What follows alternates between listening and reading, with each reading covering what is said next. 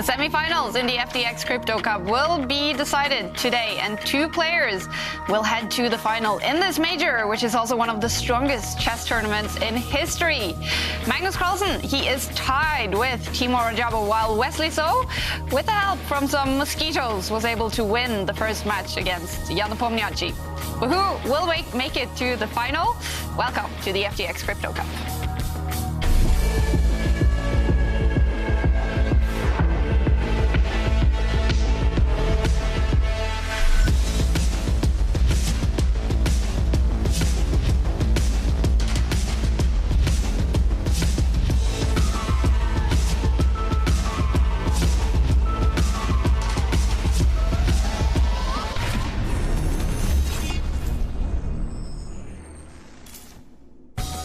We had mosquitoes, we had must-wins, and we did have comebacks on the first day of semi-finals in the FTX Crypto Cup.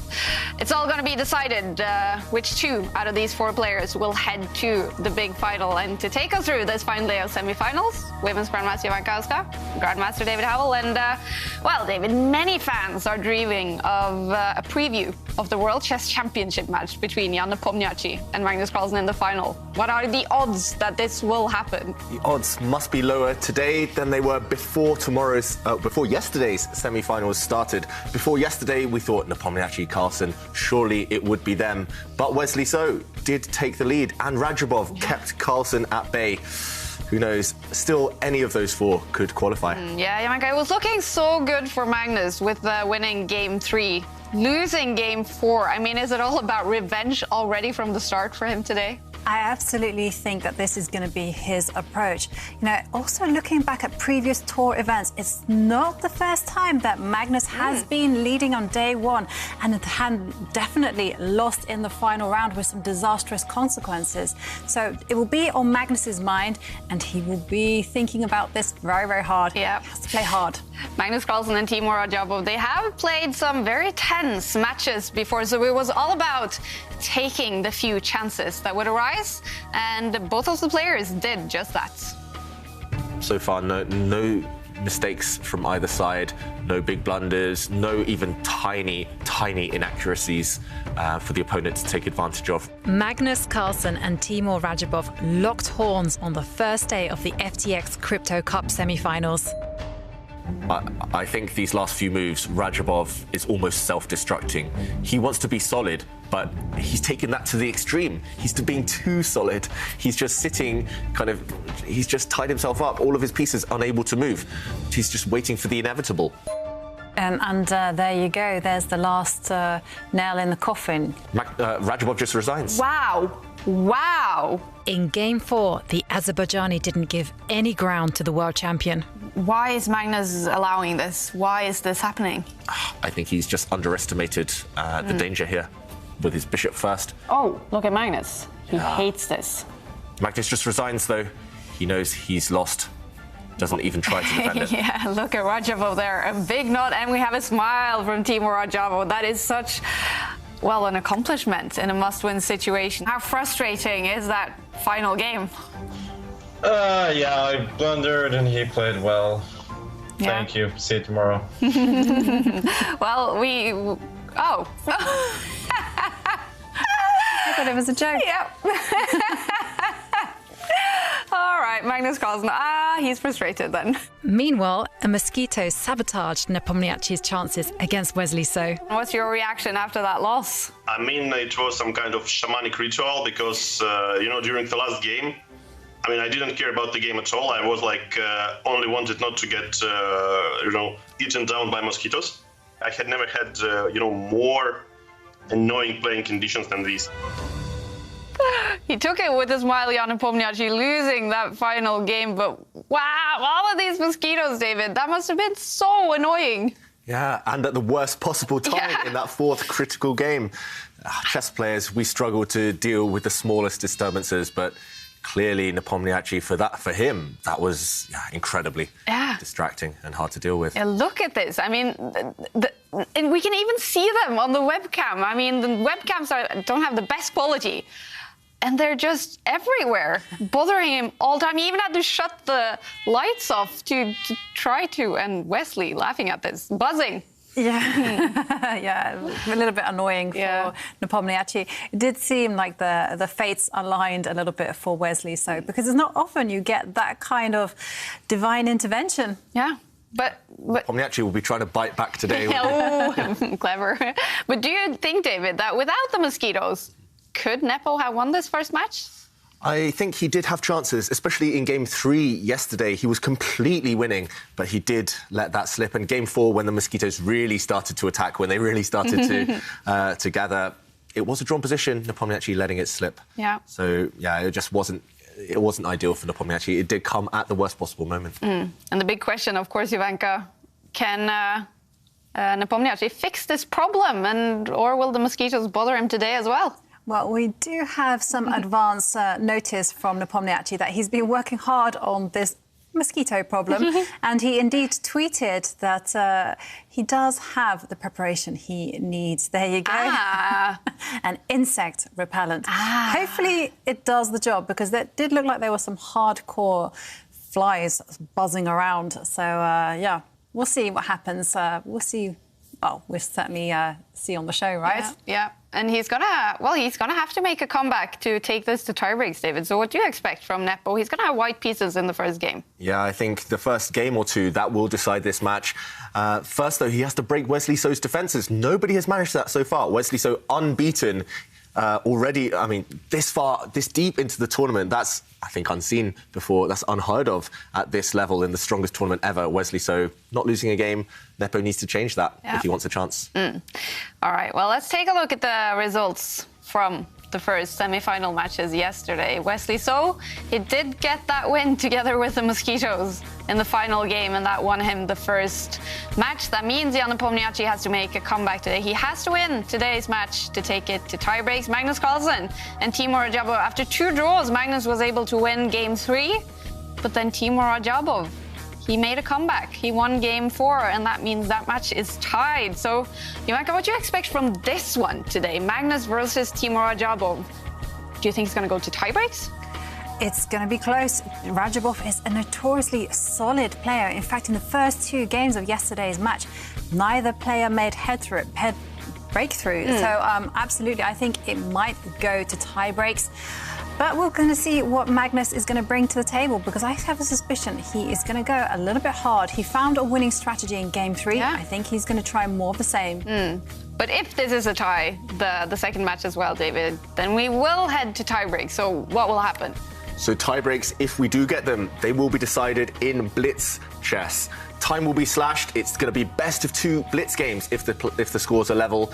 Only 5 minutes on the clock per player, gaining only 3 seconds after every move. If after those 2 blitz games the score is still 1-1, then it's down to Armageddon chess. White will have 5 minutes. Black having 1 minute less with 4 minutes, but White will have to win to progress to the final. Yep.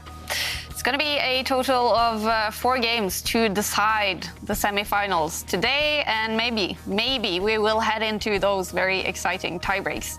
We're going to start out with the first game between Jan Nepomniachtchi and Wesley So. We have to figure out if Nepo has fixed the mosquito problem. And after this first game, we're going to challenge all of you in a Kahoot quiz. Now, Kahoot is an online destination for quizzes, for learning.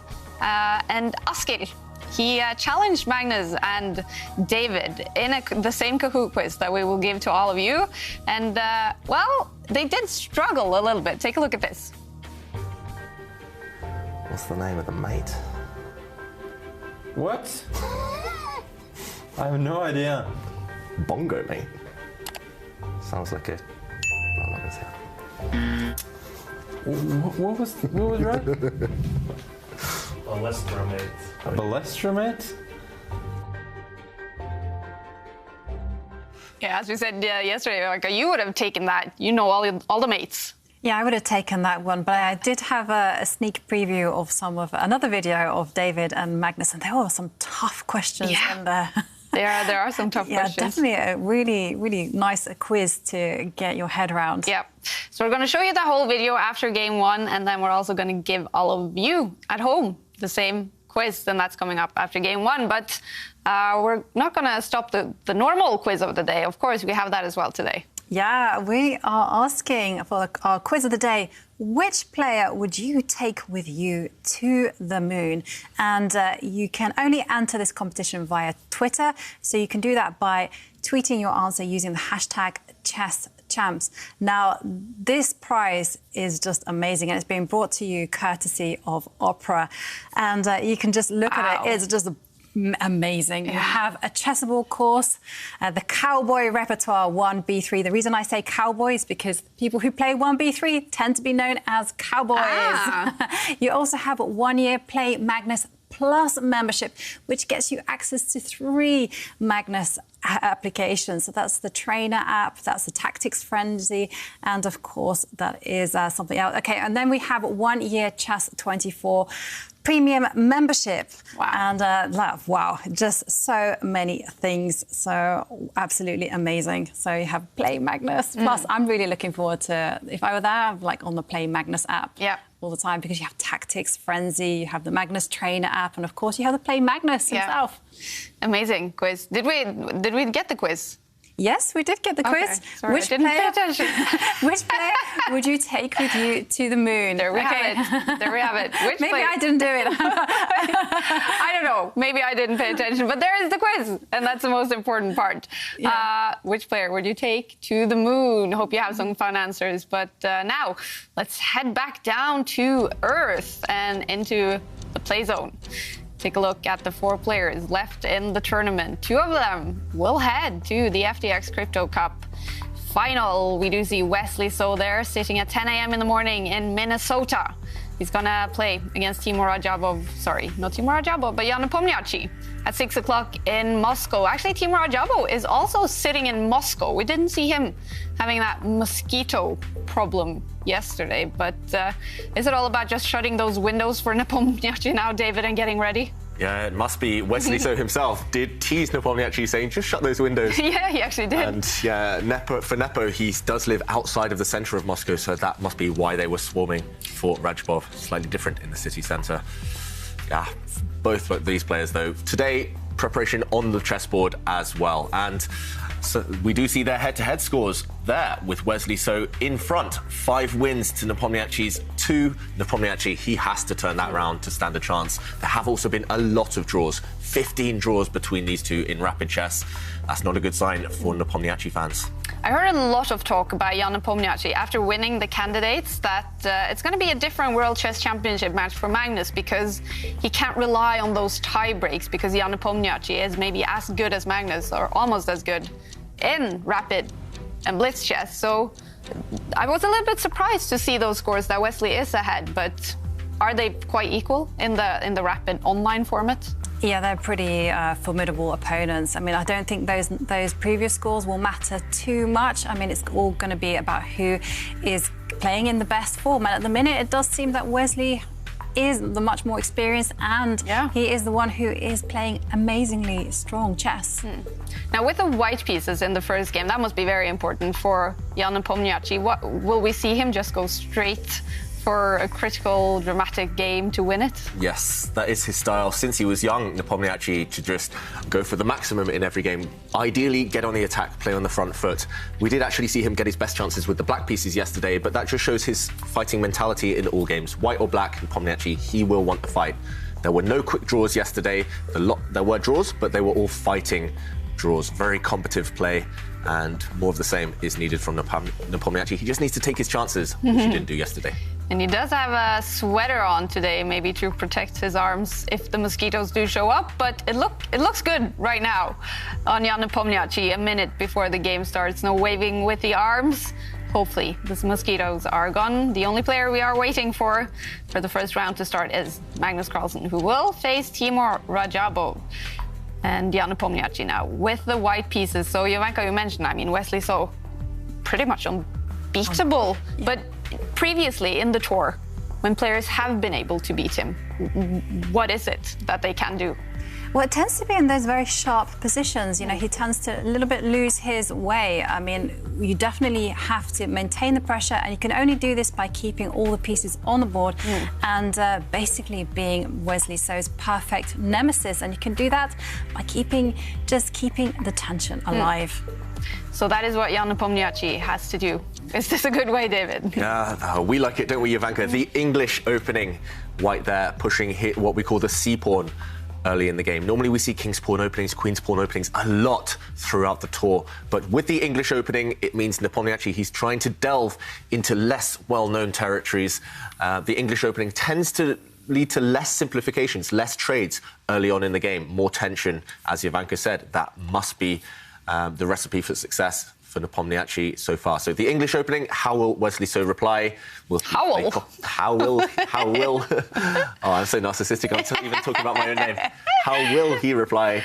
He brings his knight out, very sensible, controlling some central squares. And Nepomniachtchi, he will have expected this. This is very flexible for White. You can play with both the knights there. He does bring out his knight, maybe supporting a later pawn push in the centre. I mean, this doesn't look like the most normal opening. No, it is quite well known. It's at top level, but it's very tense. And there's, as I mentioned, there's no way for Black to immediately kill the game, which is the main thing. And this is the 4 knights variation. All the knights out at this very early stage. White there pushing a pawn, Black's bishop developing, and White's knight jumping in. That isn't the most common move. Normally, White just defends that knight with his queen. So Nepomniachtchi may be coming up with the first mini surprise in this game. And Wesley So takes off his jacket. He knew he was slightly surprised by that last move. How will he react? That white knight in the centre, maybe eyeing up that black bishop on the left side of the board. Lots to consider for Wesley So. Right, and the most popular move is actually to pick up the pawn in front of the king's pawn, and move it 1 square. That is the critical line. But Wesley's a very pragmatic player. Will he go for the main line? And he does. Whoa. Nepomniachtchi has just undeveloped his knight. That pawn pushing forward, he just retreated his knight back to its start square. Wow. Why? It's the main idea, David. The main move, but this is so rare, though, and it doesn't have a great reputation for White. As far as I know, normally White doesn't go for this. So Nepomniachtchi maybe not playing the best moves, but trying to provoke Wesley So into unknown territory. So, well, Wesley is having a think, and it was quite okay. Well, we have a move. We have castles. So Black castling the king, White redeveloping that knight to a different route this time, using the edge of the board. That knight is it's not going to stay in the corner. It's not going to stay on that side. Well, this move, this very strange move with the knight, that is new. Has never been played, but has, of course, been analysed. Yeah. Nearly everything has been analysed these days. But the way you looked at me, Ivanka, when I was shocked at White retreating the knight, you were like, oh, yeah, it's seen, it's normal, but it's definitely not at the top level, very common, at least. I mean, it's very rare. And, yeah. Well, I do have access to the database, so it is telling me. Yeah, but still, I mean, relative to earlier ideas for White, which were far more popular with a far better reputation, this for White is supposed to... I mean, we see it on the bar, don't we? It's not recommended by the computer. White's piece development, White's bishops aren't moved out, White's king is still stuck in the centre, White's only playing with his knights right now. But Wesley's reacted quite quickly, bringing the black rook to the centre, now just pushing a pawn, creating an opening for Black's light-squared bishop. Yeah, Nepomniachtchi, I would expect him to try and get castled as quickly as possible. Maybe move the white bishop, get that white king to safety on the right side of the board. He keeps looking around, looking for those mosquitoes. I'm going to pay attention to Jan Nepomniachtchi's webcam right now. But it's looking good so far. The bar also went down with that last move by Wesley So. Yeah, it's surprising that Wesley So played it quite quickly. It's an unorthodox move. OK, we do see a trade, a knight for a bishop there. White deciding, having spent 3 moves with his knight, deciding to trade it off for a bishop. And now Nepomniachtchi's playing copycat, also moving a pawn. Both sides are preparing to line up their bishops along the longest diagonal possible in chess. And here, the imbalance in the position is that White has a dark-squared bishop for one of Black's knights. So White is planning to put his dark-squared bishop on its ideal square, on its ideal diagonal, and he's going to hope that Black's knights don't cause any chaos in the meantime. Yeah. Long-term, White is doing well, but White's quite far behind in piece development. Yeah, certainly. It looks that way. It looks like a very risky opening strategy, especially now that Wesley has actually accelerated play in the centre. And one thing that really comes to mind is what you said, that when you're facing the bishop pair, you need to accelerate the play. You need to basically do something so that your opponent doesn't just have the comfortable advantage. But it does seem like this has all been analysed and studied before by Nepomniachtchi. Look at the speed of his moves. You never know with Nepomniachtchi. He's quick no matter what, but that quite possibly his ideas, his moves here have been backed up by a bit of research beforehand. I'm surprised, however, Wesley, going into this rare line, this variation where White is supposed to be taking too many liberties, Wesley hasn't slowed down. He hasn't paused. Normally, if your opponent does something you haven't seen before, you slow, you calm yourself, then you try and either punish it or you just think, OK, calmly, where do I put my pieces, all that. But Wesley's taking these critical decisions. For example, that pawn takes pawn decision wasn't necessarily forced, but he played it instantly almost. And right now, White's bishops are looking pretty good. They're very potent along those two diagonals, aiming towards the black king now. Yeah, Wesley, it feels like he needs to do something on this move or the next move, something a bit clever, a bit creative. OK, and that's what we see on the board before it's too late. He tries to exchange off one of White's bishops. That needed to be done. White's bishops were just too strong. And yeah, definitely an interesting dilemma for Nepomniachtchi. How is he going to maximise the position? He can't preserve the bishop pair, so he needs something else. Otherwise, there is a big danger that he could be simply saddled with a backward queen's pawn. So what do you expect, Jovanka? Maybe White will take those bishops off now.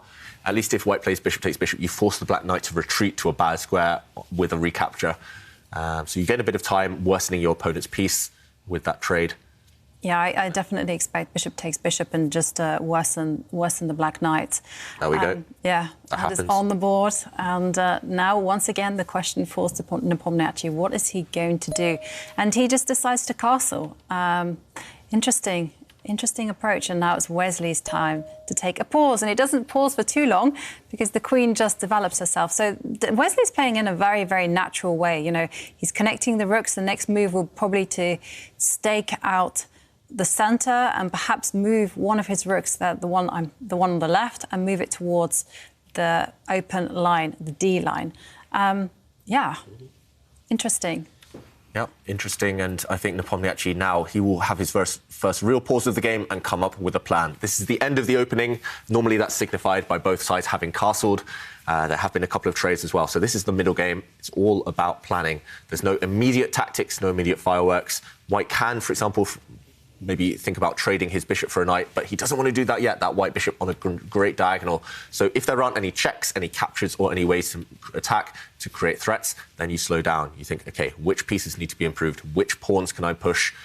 Which pawns do I want to trade? Which lines do I want to open up? All these questions in Nepomniachtchi's mind. Personally, I would be very tempted now to try and challenge Black's central pawn. It looks like that's Black's strongest point in his position. But there's two ways to do that. White can challenge Black's far advanced central pawn there with two different pawn pushes, one on the F line, one on the D line. White can push a pawn just one square there, and those would be maybe high on my list of candidate moves, at least.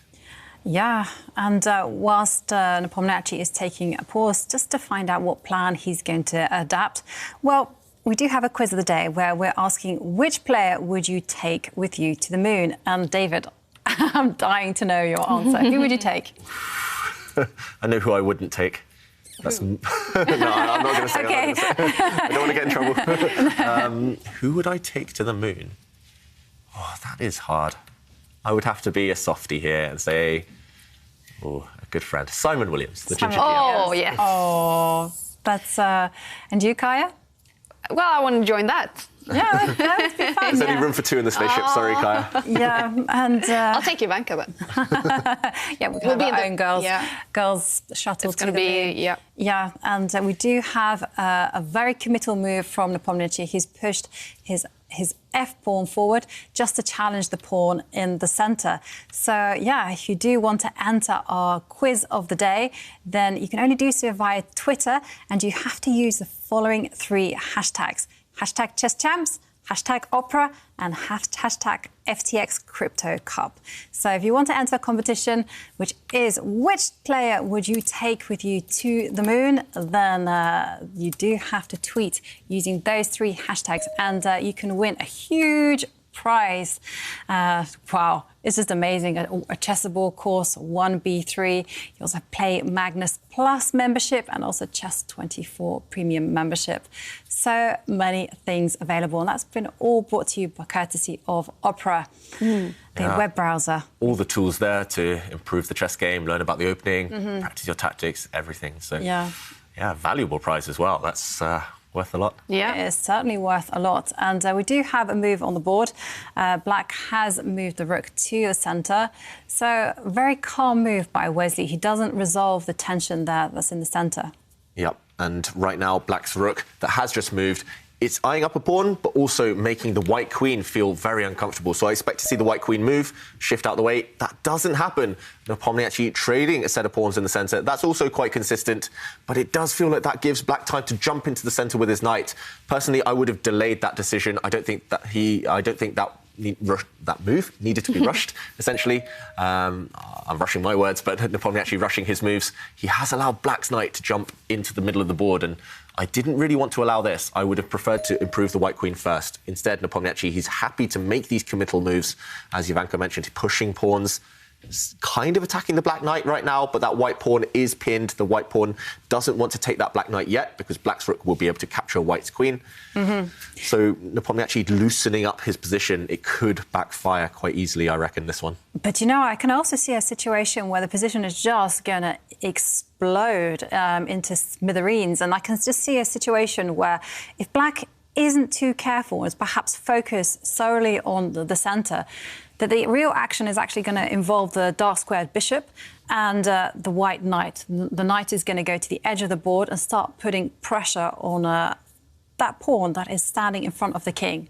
Yeah, so white's knight and bishop may be aiming to combine against the black king later on. Black's king doesn't have too many defenders around it right now, so that would be very logical with the white queen also may be able to develop herself to a very active square, eyeing up that black king position. And, yeah, I mean, there's certainly ideas behind Nepomniachtchi's play.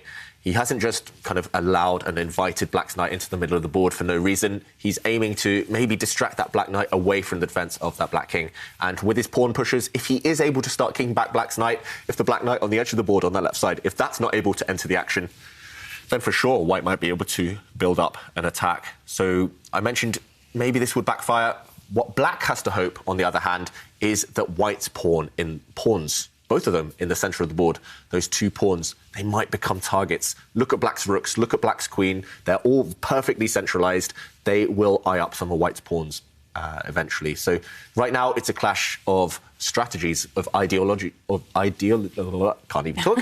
Clash of strategies, let's say, where White is being very provocative, aiming for an attack at some point soon.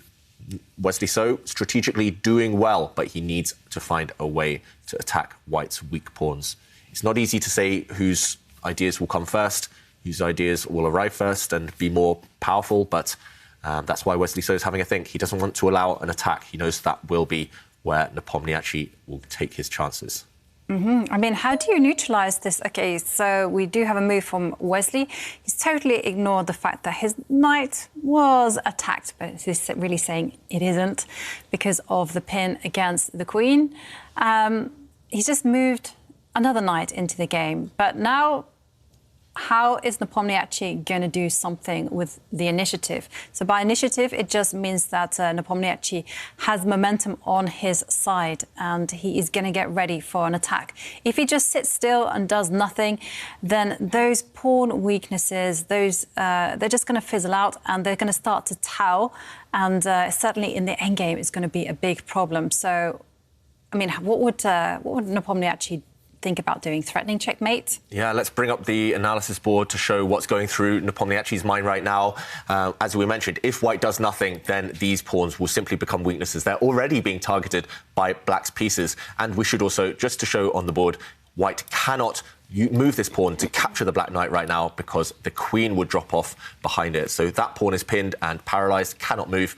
Jovanka mentioned, there is a way to threaten checkmate in one move, and that is actually a dual-purpose move. You move your queen out of the eye line of black's rook, you can bring her to this side of the board, and suddenly there's two threats. You threaten to capture this black pawn using the protection of this bishop, and this would actually end in checkmate if white can achieve that, if white can take that pawn with his queen next move. Also, because your queen no longer stands along this line, suddenly the black knight is attacked. So this would have to be dealt with, I think, in only one safe way. Black would have to defend against both of those dual threats. He would have to offer a trade of queens, attacking white's queen, and if there is this trade, then suddenly the black knights will be safe and white's pawns just become weak. That's why Nepomniachtchi didn't go for this very tempting move. Instead, he kept more tension on the board. He's bringing his rook up. He's getting ready to shift this rook across to try and attack black's king.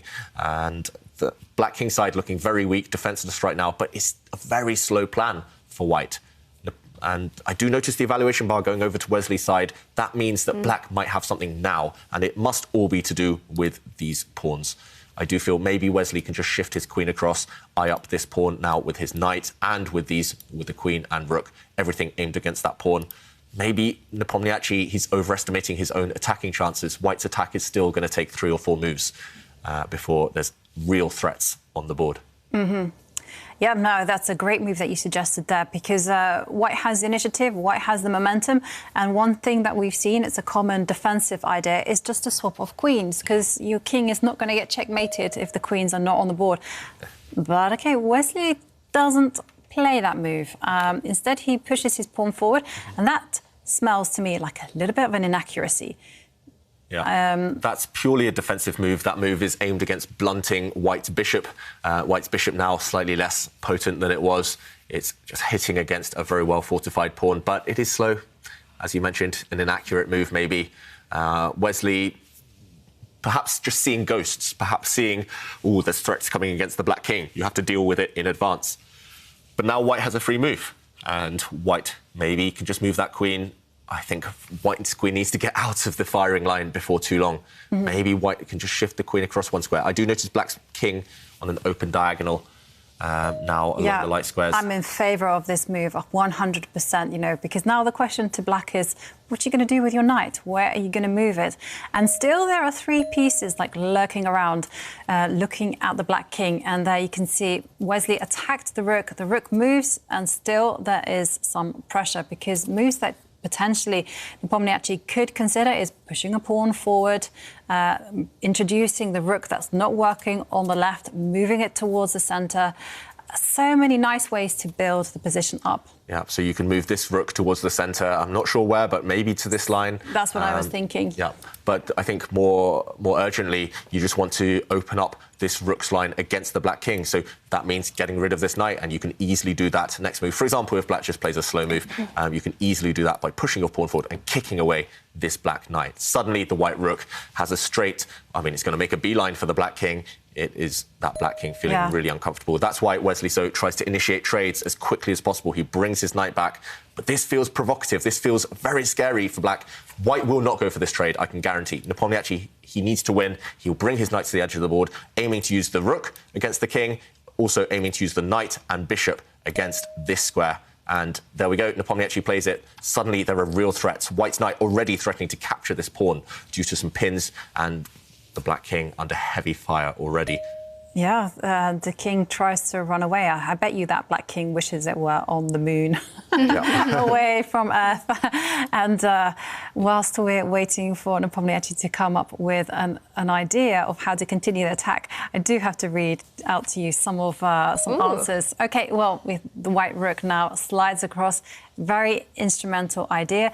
Bringing every piece you have, inviting them to the party. I do like it. Now there's a big threat of knight takes pawn in the position, and Wesley needs to take a timeout to defend the pawn that is standing next to the queen. Yeah, it's all about that F6 pawn. Yeah, look at white's pieces, the white knight, the white bishop, the white rook that has just moved. All of them are eyeing up one square, and that's F6. So Keep an eye out on that pawn, guys. It's it's weak. It's weak. It's a target. Yeah, exactly. It's going to be demolished away. And yeah, I do have to share with you some answers to our competition where we're asking which player would you take with you to the moon? And Don Jose says that they would take Rainn Wilson to the moon because Steve Carell will need an assistant to the moon manager in season 2 of Space Force. Ooh. And M. Redemus says that they would definitely take Hikaru. He has so many fans on Twitch that if we get stuck there, I'm sure they will come to rescue us.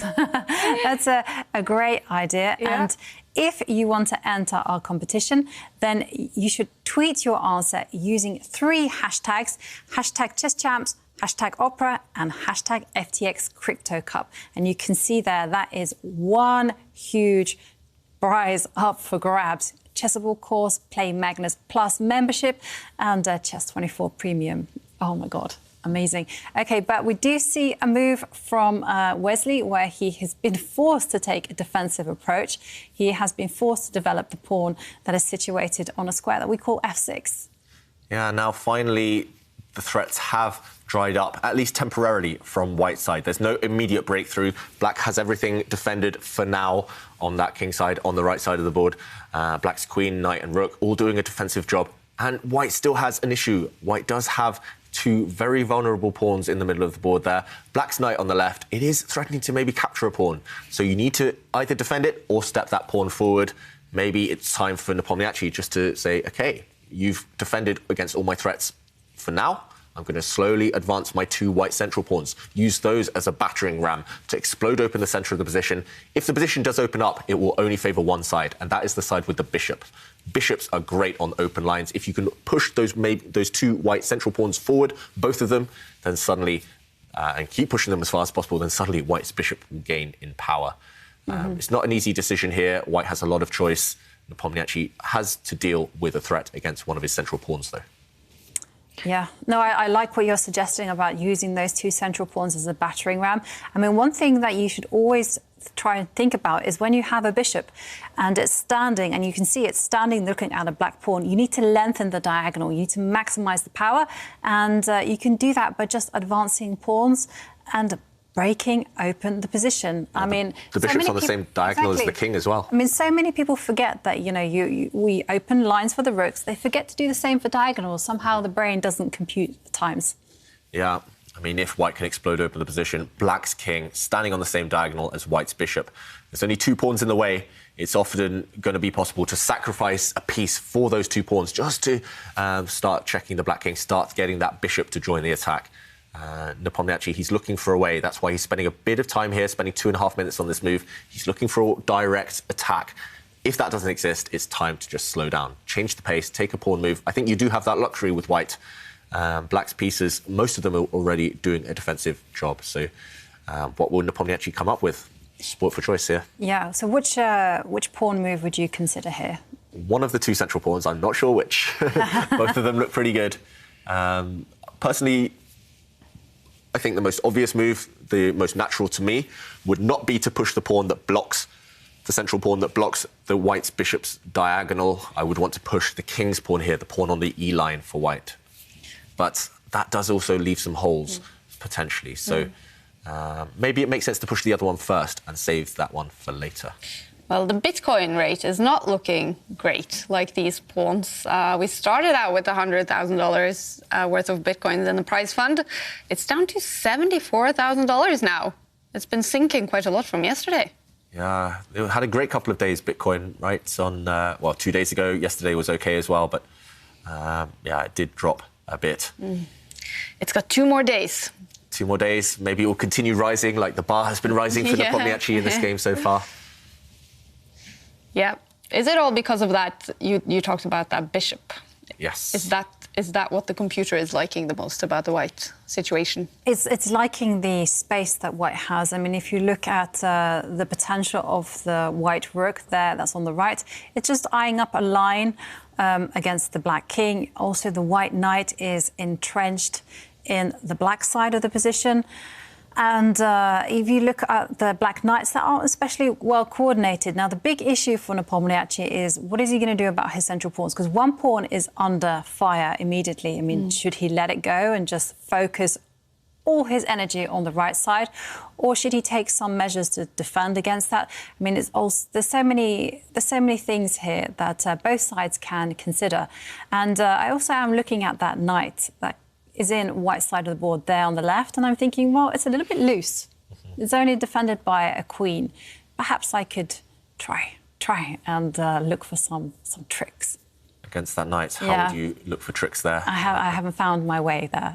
You could maybe use the white bishop to pin that knight. I was thinking that was on my radar as well, but I was thinking how it would. I don't particularly want to touch my 2 pawns there, because every time I move a pawn up, I give up squares, and I'm a little bit reluctant to give up the squares. And I have to say, I was really impressed with how Magnus conducted his attacks in the knockout stages. He's been so impressive, and he's been doing it just using pieces. So I've been taking some inspiration from that, and I've been trying to find ways in this particular position to try to open lines, but with the pieces as opposed to pawns. Yeah, Magnus did a great video series on Chessable about attacking without sacrificing, and usually that would be attacking with pieces rather than pawns.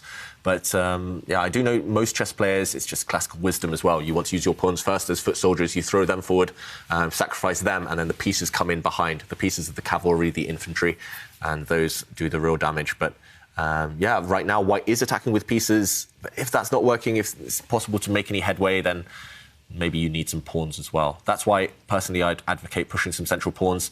Nepomniachtchi, though, 6 minutes on this move. He does eventually push a central pawn. That looks good to me. I mean, if white can next move push his other central pawn, then I think white's going to have a fantastic position. But right now, will Wesley So be able to block those pawns on dark squares? But temporarily, white's bishop is unhappy about that move. If you talk to the white bishop, he's thinking, oh, you've blocked me in. What are you doing?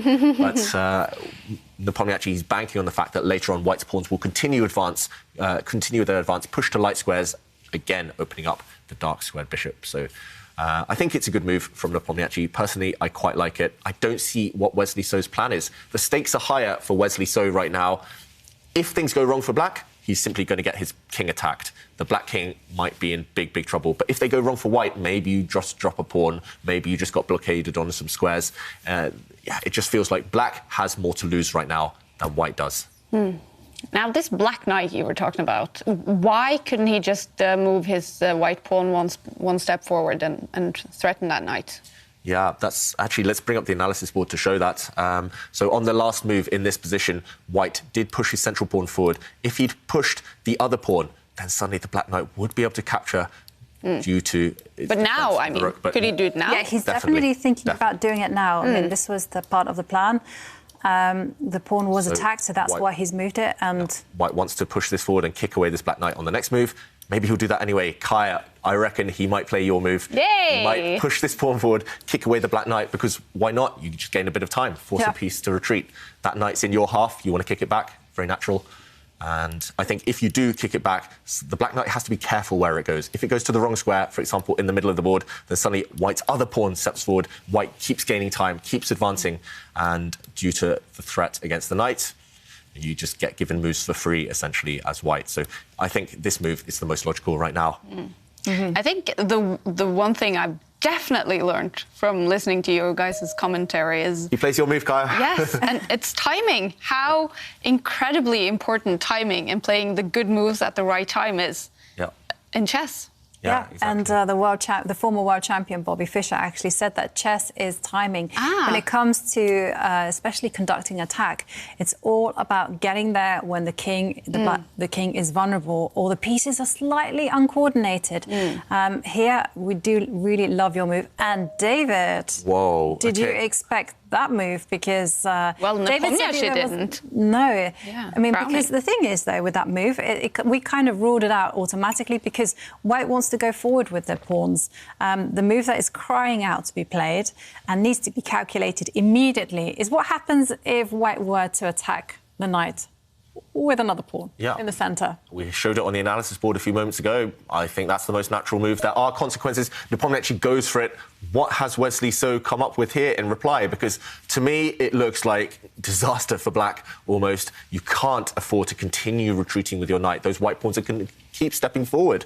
So Wesley, he has to, for example, he has to enter a really sharp line here, I think, if he wants to survive as black. He just has to make maybe use of the fact that the queens are staring at each other. They're on the same line. Maybe black can use his other knight and capture a pawn, or just move it out of the way. Just create a pin along the central line, along the E line. But yeah, it's looking scary for Wesley. So I'm just surprised that he played that last move so quickly.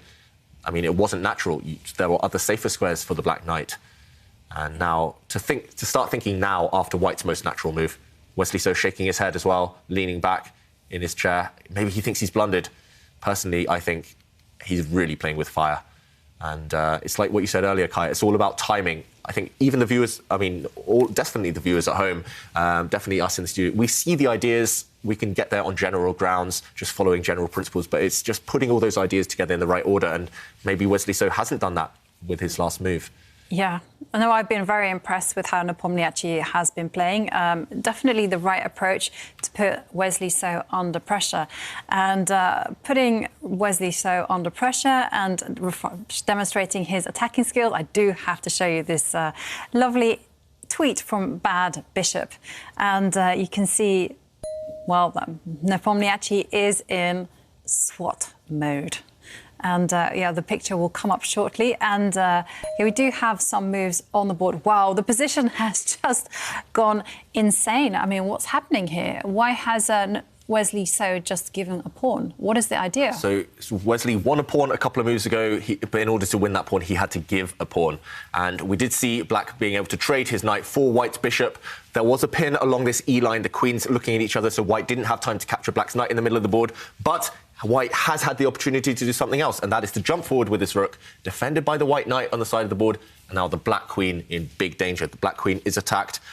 I think maybe there's no time to even defend her. If you move her away, you have to stay on the E line, then there will be consequences. White will be able to continue threatening things. I think maybe the key move for black right now is to push his pawn forward and counterattack against the white queen. That's not obvious. Wesley has choice here. He has maybe 3 or 4 moves with the black queen. He can also push the black pawn in the middle, attacking white's queen. And I think that's probably the best way to stay alive. To me, it looks super scary. Black's king now, I mean, its formation, the pawn formation, the shelter in front of it has been ruined. White's rook threatening so many things. 7th heaven. 7th, yes, Kaya, exactly. Rook's on the 7th rank, so many targets. Learning. Yeah. That's where they're hitting all the pawns, hitting queens, hitting everything. Yeah, and so we're expecting Wesley just to throw in a little bit of a decoy move and just push his pawn forward. It seems to definitely make the most sense. I mean, this is the kind of position that you can get lost in. Do we have time to take a deep dive? Yeah, let's bring up the analysis board because, to me at least, it seems like there's one move that's much stronger than all the others for black. Black's queen obviously attacked by the white rook. You cannot capture it because the white rook defended by white's knight. If you just move your queen, if you keep the queen on this E line, still preventing white's pawn from moving due to this pin, then suddenly white has a killer move here. White would be able to bring his queen to the side of the board, and suddenly there's 2 threats. OK, he does find the best move. I was going to say black's knight attacked, and if the knight moves, suddenly white will be able to sacrifice and give checkmate with his queen. The white queen now trapping the black king. So this is why Wesley So played a different move. He sidestepped this trap, and he found that he could counterattack against the white queen. There's 3 ways to guard against the attack. Either you move the queen, you take the attacking piece, or you counterattack. And Wesley So found this move, now attacking the white queen. If white's queen takes this pawn, then black has time to give check. This is the key. This is why black sacrificed his pawn, and suddenly the game might turn around. White's king coming under some fire. So, yeah, great move there from Wesley So, a necessary move to attack the white queen. Yeah, Wesley's skirting on the edge of defeat, right? OK, so what should white do? Take the pawn, move the queen? I think actually taking that pawn would lose for white because black's queen would give check, white's king has to move, and then the black knight will be able to jump, attacking the white queen in 2 different ways. Yeah. So right now, I think you have to shift the white queen. Maybe you have to stop black's check along that diagonal. Maybe you just have to move the queen across 1 square to what we call the F2 square. and stopping black giving check with his queen. This is not easy. I mean, even though it looks like Nepomniachtchi actually played a fantastic game, everything's been so logical. Wesley So playing some strange moves, somehow black surviving, and still it could go either way. Well, this is the beauty of chess. You know, you can play perfectly, but your opponent does also play great chess as well. I mean, great defensive move by Wesley, and Nepomniachtchi does move his queen to prevent the check.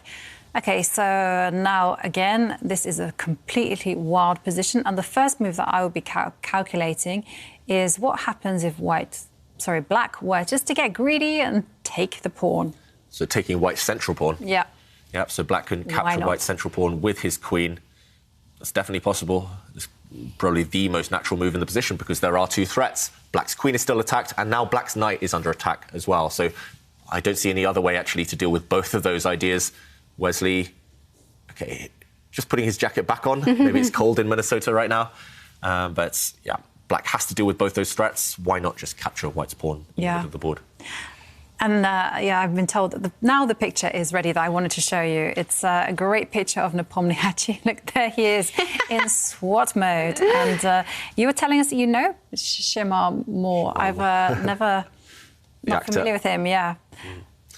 Looking very sharp, yeah. It was a great picture. Ready for any mosquito attack that might come. That'll be scary for Magnus Carlsen if he turns up like that to the World Championship match in November.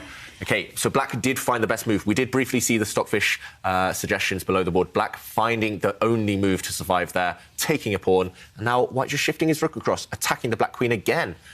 So that's very logical. White currently a pawn down. And also, if you do the count of the pawns, black has a very scary pawn, a very far advanced pawn in the middle of the board. So Nepomniachtchi now, the stakes have increased for him this time. White needs to pretty much deliver checkmate or win something.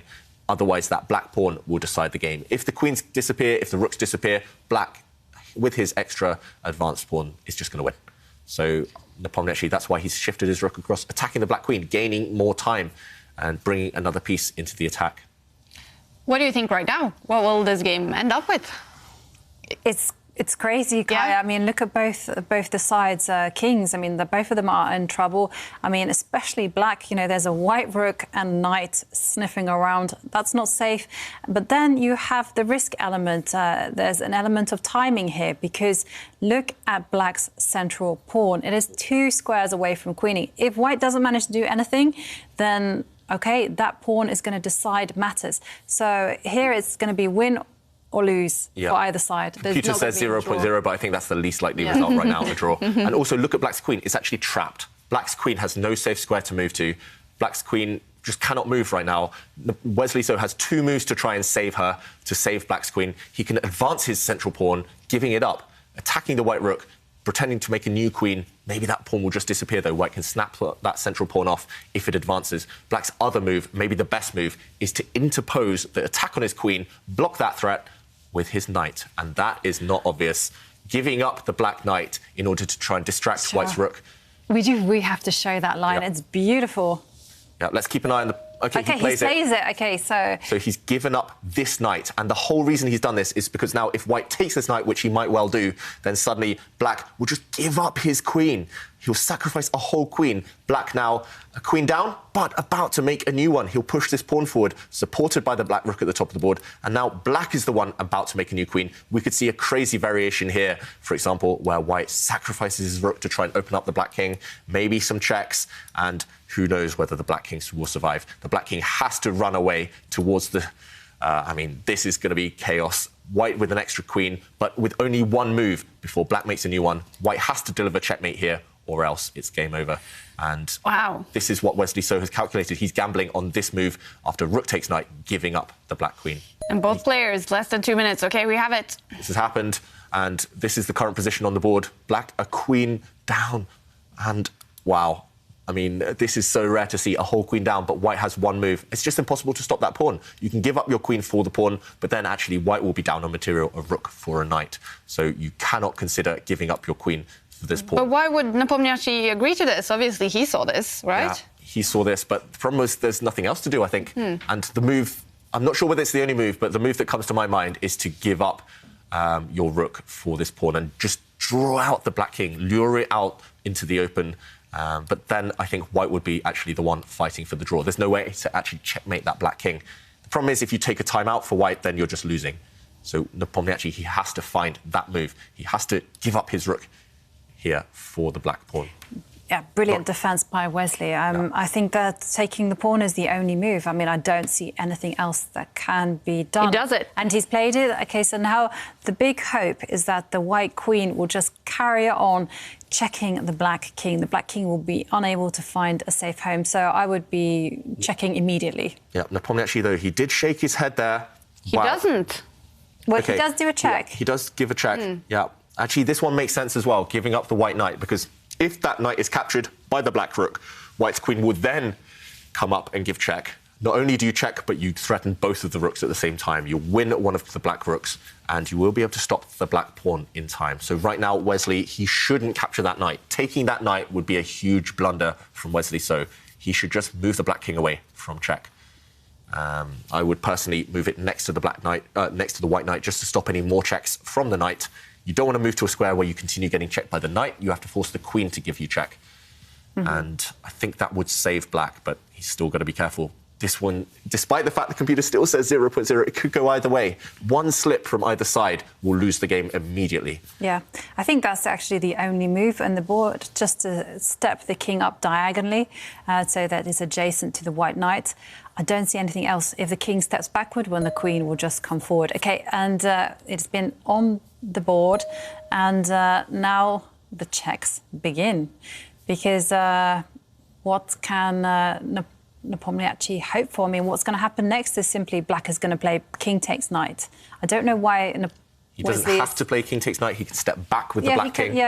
But then, OK, he does. And, but now I anticipate queen check. And if Wesley wants to win at some stage, then I think he has to capture the knight. Yeah, so as soon as black's king captures the knight, white's queen will just continue giving the black king checks. The problem is, for the black king, there's no shelter. There's no pawns to hide behind. You can't even hide behind your own rooks from the checks because the rooks are at the top of the board. You can't. There's no way behind them. There's no way to use the rooks to block. The black king stepping forward, the white queen will drop back, giving check. Nepomniachtchi shaking his head. He thinks he had a big advantage, but this is this is fantastic play by both sides. Nepomniachtchi trying to make the draw now by continuing giving checks. Will Wesley play for the win? I don't think there's any risk for black. You might as well just take that knight. And, OK, Wesley goes the other way with his king. Yeah, but I'm anticipating that Nepomniachtchi will simply move his queen and check diagonally, and it's on the board. And the whole point is that the black rook is not allowed to interpose the check. And I think he has to take it. Yeah. He has to take it, might as well, because all the other moves have been shown to be equal. Unless the king wants to run again. Just look at the bar in the other game. I just want to update you on that. Timur Radjabov, Magnus Carlsen. The bar has, within the last few seconds, shot up for Magnus Carlsen. It's looking really good for the world champion in that game. Hopefully we're going to make it to the ending of that one. If these two finish, probably with a win for either of them, or probably a draw. This is probably a draw now, because they both played incredible resourceful chess, and what's important now is that Wesley's trying to win, though. He is trying to win, but the queen will come and deliver check. And Wesley shaking his head. Magnus has won in the meantime. Wow. With black against Radjabov. OK, white's queen giving check, as you predicted, Jovanka. White's knight finally dropping from the board. And now we're going to see white's queen continue giving checks. There's going to be no way to escape these checks for the black king. The only way to escape the checks was to run to the left, but then the black pawn would drop. So the checks are continuing. Black's king just has nowhere to hide. White has to give checks before black can make a new queen. So both sides pretty much forced to accept this draw. And Wesley going through the motions, prolonging the game, but any moment now we will see a result. Checks forever, for eternity. For infinity. And beyond. And beyond, yeah. And Black King running away from the checks. But we do see a draw. Black's king unable to hide. All right, it's a draw in the first game between Jan Nepomniachtchi and Wesley So. We know Wesley So won the first match yesterday. So Nepomniachtchi, he has now 3 games to find a win to take this to tie breaks. And, well, do you think he's going to be able to, Jovanka? I mean, Wesley has shown what a magnificent opponent he is. that game was just crazy, and I really thought that Nepomniachtchi was playing absolute perfect model attacking game. But Wesley, he's shown he's got what it takes. Yeah. He really is showing he got what it takes. And, he's going to have the white pieces in the next one. Wesley, do you think he's going to be very safe and go for the sort of draws here? Yes, I don't think he's going to try too hard. In fact, yesterday he said it very clearly in the interview. He wants the draw. He wants to do what is necessary. And we saw in his match against Maxime Vachier-Lagrave there he played very, very quickly and agreed a draw almost immediately with the white pieces. All right. Well, this one, it was a draw, but quite well at the same time, actually. The first game between Magnus Carlsen and Timur Rajabov ended with a win for Magnus Carlsen. Now, we didn't make it to the ending of that one, but David, I know it's going to be hard for you. You haven't really followed the game, but could you give us an analysis of what happened? Yeah, and I just want to show the end of that game because we reached this position. Rajabov has white, Magnus has black. And at the moment, the white king is in check. White's king attacked. And actually, with best play, Rajabov should be able to hold the draw with white, despite the fact that black has a very scary, far advanced pawn on this side of the board. But Rajabov, this is the moment he went wrong. He did step to the wrong way with his king. He should have just been calm and retreated his king to the center. His king would have been nice and safe on this square. And actually, it's very hard for black to do anything with this pawn. And 3 versus 2 on the other side, white would be doing okay. Instead, white advanced his king, getting brave with the white king. We do say activate your king in endgames, but this backfired for Rajabov. Suddenly, the knight was pinned. Magnus stepping back with the knight. Very clever move here, forcing white to defend it with his king. And after the black pawn pushed forward, the white king stepping out of the pin, we saw Magnus come up with a really nice sequence to finish off the game. He dropped his knight back, giving check, also protecting the black rook. When the king sidestepped, he gave another check. And when white's king stepped away from this check, suddenly the knight came to the edge of the board. And suddenly, knight jumping into this square, giving check to the white king and forking the white rook in the corner. This double threat persuaded Rajabov to resign. There's one final detail here. This move actually unstoppable because if white tries to defend it with his own knight, Magnus could now sacrifice his rook in the middle of the board. Suddenly, after king takes rook, the knight fork would win the game. Magnus coming up with that really precise sequence and taking the lead in his match.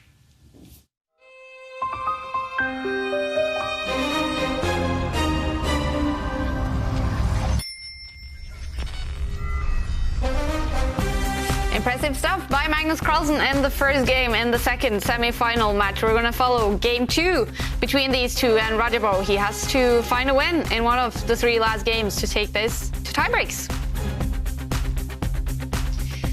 So we still have 3 games to go of rapid chess in the semi-finals, and if one or both of the matches are tied after that, we're going to head into those very exciting tiebreaks. And of course, we have another episode in the Simon series on chess engines coming up for you.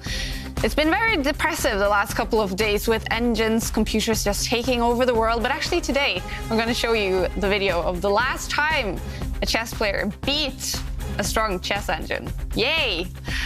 But now it's going to be all about quizzing. And, Chess24 has partnered up with Kahoot. Now, this is an online quiz destination learning platform. There's already a ton of quizzes out on the Chess24 platform on Kahoot. Now, David, he wanted to test David, and Oskil wanted to test David and Magnus in a chess Kahoot quiz. So first, we're going to take a look at how these two did on this kind of hard chess quiz. Take a look. So me and Magnus are going to try a chess quiz on Kahoot, and we're challenging you viewers at home as well. How can you do against us? 1, 2, 3.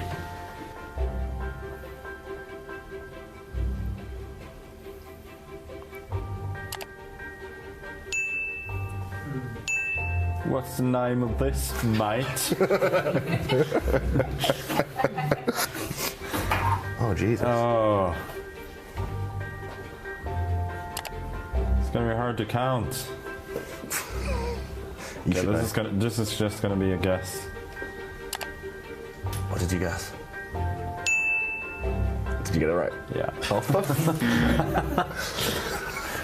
So the next match will be the 50th. Wow.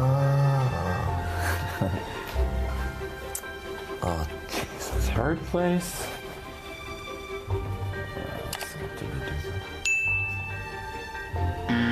Oh, Max. gotcha. Oh, they actually played a third place match and then Maxim won that one? Oh. Yeah, I didn't really pay attention after I got knockouts. What's the name of the mate? What? I have no idea. Bongo mate. Sounds like a... What was right? Balestramate. Balestramate?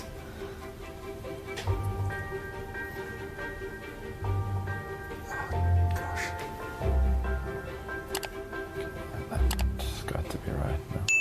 Yeah. What did you guess? One? No, less. Less? Oh, come on.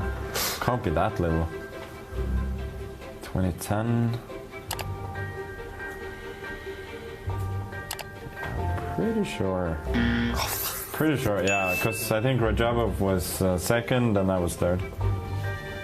Yeah, this one I know. I think I know as well. Nice.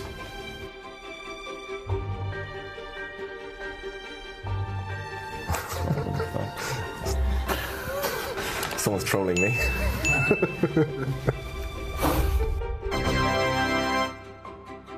It was a close one, David, but Magnus won this one, not by many points, I think, but it was hard, this quiz. It was really hard, but unfortunately he's too good at everything. It's just not fair.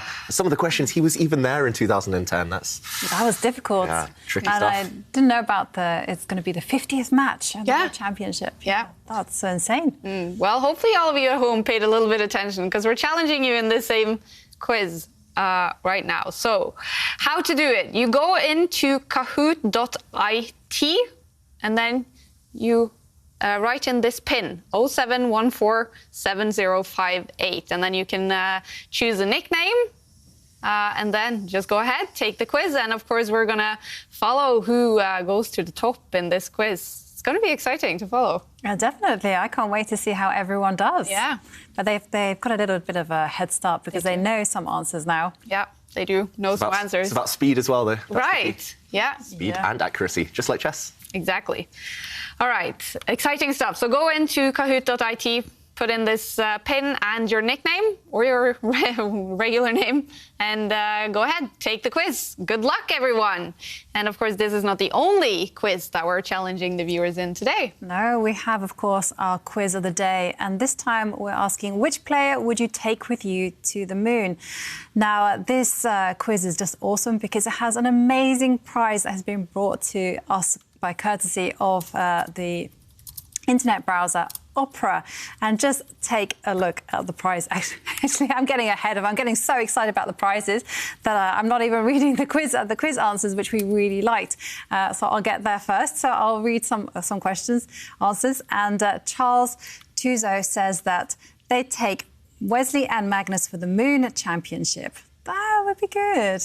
You know, I like that. Chess in space. And Jack Mulder says that they'd like to take Chess24 commentator Tania Sachdev to the moon. Ooh. Beautiful, intelligent, funny, and she could teach me to become good at chess, provided the pieces don't float away. That is a little bit of a risk when you're playing chess on the moon. And if you'd like to enter our quiz of the day, then you have to tweet your answer using the hashtag ChessChamps, hashtag Opera and hashtag FTX Crypto Cup. And the prize, oh my God, is just amazing. It's like a bumper prize and take a look at this, Chessable course of a lifetime repertoire, 1B3. And people who play 1B3, they call themselves cowboys. So it's your chance to join the Cowboy Club. And then you have 1 year Play Magnus Plus membership. And that gets you perhaps the Magnus Trainer app, the Play Magnus app, and if that's not enough, the Tactics Frenzy app, and then finally 1 year Chess24 premium membership. I mean, this is just too good to be true. It is very good. So join in on the quiz. And it is all about quizzes. Kahoot quiz, quiz of the day. And I have another quiz coming up for you now because I too wanted to test David and Magnus and Askild in more of a random quiz. Also some geography questions. And yeah, take a look at this. Quiz, quiz, quiz. First one. 3 capitals in the world that start on the letter O. Okay. Can only think of one. Ooh, wait, how many do you ask for? 3. Oh, Jesus. I've only got 2, don't I? Alright. So both Magnus and Askild are correct. We were looking for Oslo, Ottawa, and the last one I can do is Ouagadougou. Ouagadougou? Where's that? Burkina Faso. Oh yeah, of course, of course. Yeah. The year 2020 was a leap year, and it felt like it was an endless year.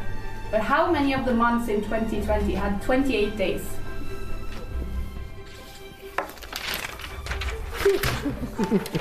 Oh fuck no! Fuck! No! I got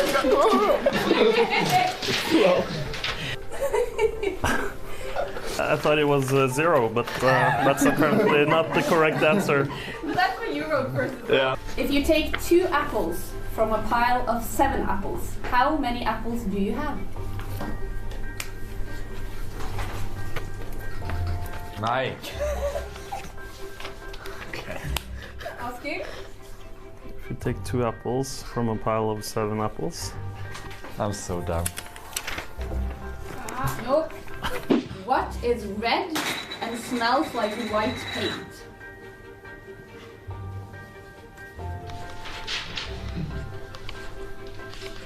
I have no idea. Yeah, I mean, I thought about red paint, but that would be too dumb.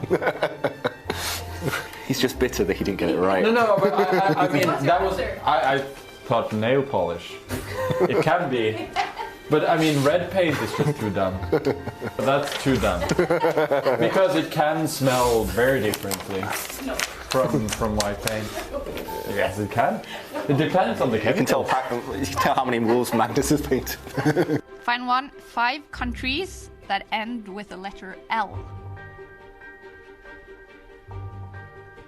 This is like, are you smarter than a 5th grader? So Magnus is finished. I got 5. 1 point to the C. Okay, so it's Nepal, Senegal, Brazil, Israel, and Portugal. That's correct. We have a winner. So David, what is the capital of Burkina Faso? Right? Yeah, that's, Ouagadougou. No, I can't do it. We'll call up Magnus later and ask him. Yeah. He was impressive in especially the geography. We know he loves geography.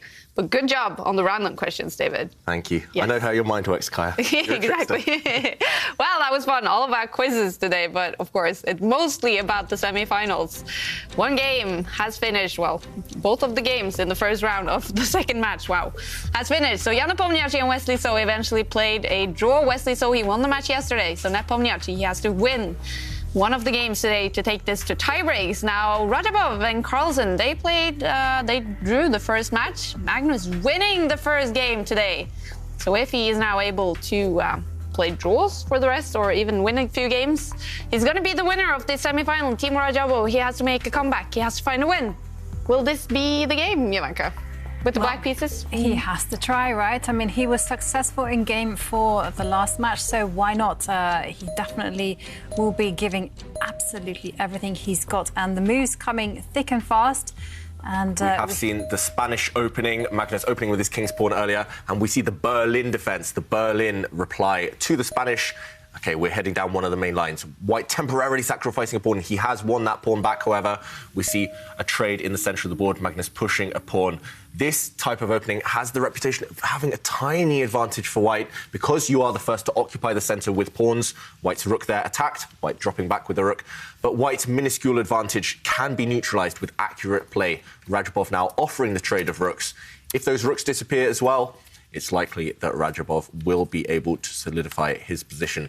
Here, we've seen Magnus in the past use a couple of different moves. He has been known to develop his bishop. He has been known to trade the rooks. Just maybe push a pawn as well. He brings his bishop out this time. This is all well-known stuff. How well is Radjabov versed in these types of positions, and how comfortable does Radjabov feel in a position where he's 1 point down in today's match? He needs to win at some point, and here with black, minimal winning chances. Yeah. It looks like Magnus not taking too many risks with this opening choice. In fact, we've seen Magnus use this exact opening with the white pieces to get a draw against Wesley So. I mean, the pawn structure is so symmetrical. I think bad choice. By who?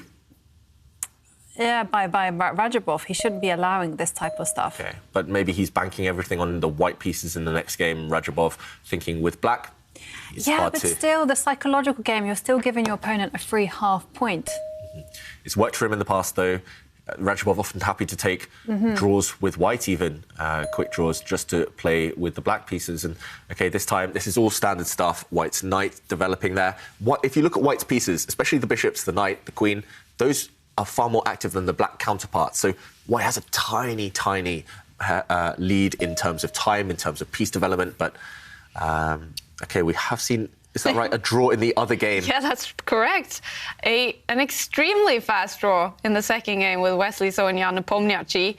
Wesley with the white pieces. We know draws are all he need to win this semi-final. Nepomniachtchi banking in on the white games, I guess.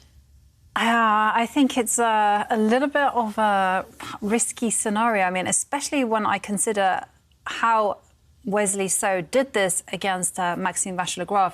And Maxime actually, when the time came, it was just too much pressure for him to handle and he couldn't manage to score the important points. So I think in this match, if you're on the verge of being knocked out, every single game should matter. And at least you need to start playing the psychological game. You need to say, yes, we're going to have a draw, but we're going to work hard for it.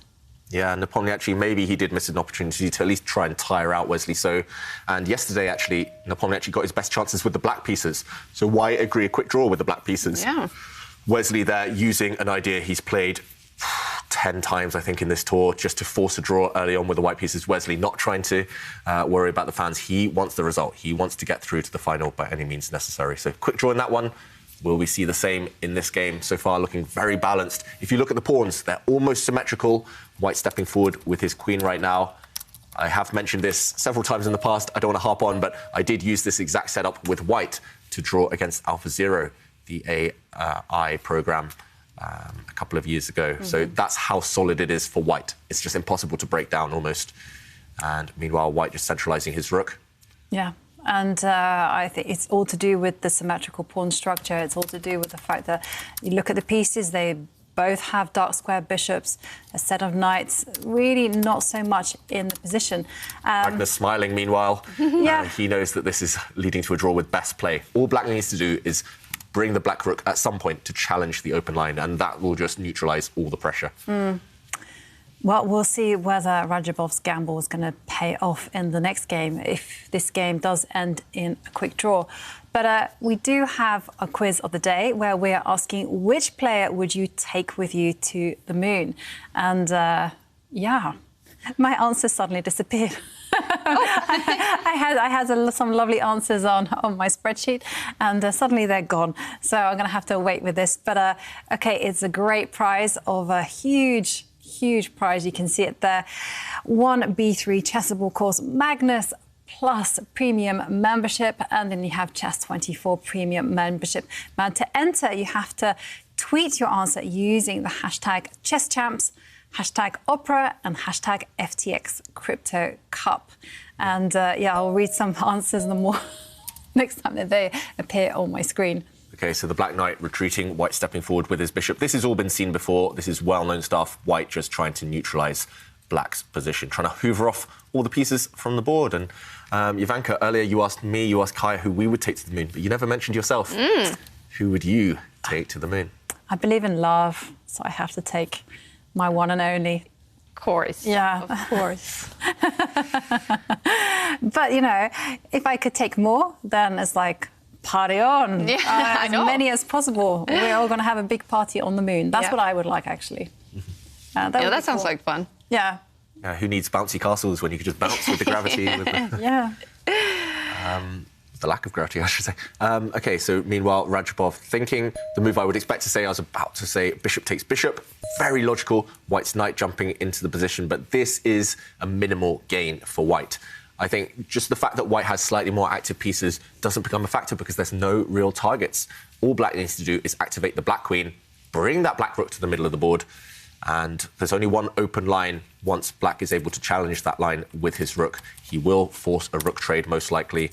And that's the only imbalance in this position right now, the fact that White controls the open line, that E line. And once Black's pieces begin to occupy it, that's pretty much going to solve his problems. Radjabov spending a little bit of time here just planning to be accurate. It's not because he's trying to find anything too crazy to spice up this game, because those options just don't exist right now. There's no way for Black to liven this one up. He's just looking down, maybe because he isn't so familiar with this exact position, but even if you're not familiar with it, you just take a time out. You think, OK, let's be logical. Let's maybe move the Black Queen, create a path for the Black Rook to centralise itself, and that should be enough to hold the balance. Mm-hmm. And just say you find yourself in this situation, you're playing with the black pieces, you're in a must-win scenario. Can it be done? Possibly. Maybe there were ways earlier to keep a few more pieces on the board, keep a bit more tension in the position. And, OK, the Black Queen does move as expected. Yeah, I think this type of position, personally, if I were maybe playing a lower-rated player, I would just keep playing and playing. Even if the queens came off, even if the rooks came off, I would play that knight endgame out until the end. Because there are still enough pawns to later on maybe trade a set of pawns, open things up, create some small imbalance. But I guess against someone like Magnus Carlsen, who's an endgame expert, how are you ever going to grind out an endgame victory against him? And I think we're going to see some more trades happening. The rooks are going to leave the board, and I just think that the more pieces that are traded off, the harder the task is. But it was interesting, you specifically mentioned a knight endgame. I didn't expect you to say that. How would you want to keep the tension and try and I just thought as many pieces as possible, but I guess... Yeah, the problem is if Black didn't go for this trade of rooks, then Black's rook is simply inferior to White's. So even if you have winning chances, you don't want that to come at the detriment of your own pieces, your own chances. And, OK, the rooks have departed. The White Queen occupies the open line. Black's knight, though, does jump to the centre. Look at this. It's completely symmetrical, apart from the queen position. Everything is in balance. It's as if Black's been playing copycat the whole game. It's as if you right-click, copy, paste, and do it for Black's pieces. And, this is no chances here for either side. No imbalances, no weaknesses in either side's camp. Well, Magnus will be happy about that. Radjabov, he needs a win. If this ends with a draw, as David says it probably will, then he needs to find a win in one of those two final games in the semi-finals. Yes, and Radjabov there, just bringing the king towards the centre. That is just hinting at the fact that Black wants to challenge White's queen on the open line, that E line. If Black is able to challenge the queen, if the queens just disappear from the board, if they get traded as well, then... I did mention knight endgames, there's always going to be chances, but I just don't see any way that either side will really... I don't think either side will want to take the risk of opening up some pawns, throwing those pawns forward, because that will just give your opponent hope, if anything. So Magnus just having a ponder whether he can keep the queens on. Maybe he'll feel slightly ambitious. Maybe he can bring the White Queen to the centre of the board. But yeah, I don't see any way, long term at least, over the next 5-6 moves to keep those White Queens, keep the queens alive. All right. Just a reminder, we have a Kahoot quiz challenge for all of you. We tested David and Magnus in a chess Kahoot quiz, and we're challenging all of you in that same quiz. So go into kahoot.it, and then you just press in this pin 07147058 and your nickname, and then you can join the Kahoot quiz challenge. Yeah, and look at this exact position. It's completely symmetrical. Literally nothing is out of balance in this position. It's completely identical, White setup to Black setup. Nothing out of place. This is a work of art. Just go and screenshot this one. Yeah. But the thing is, White starts the initial position at the beginning of every game. White starts first, and now it's completely symmetrical. It's White's move as well. So this has just been a demonstration of serenity, just keeping everything with its natural order. And right now, Radjabov looking away. He knows that if the queens disappear, it's just, well, virtual shake of hands. A peace treaty will be offered. And I think Magnus, the reason he's thinking is he doesn't want to break this symmetry.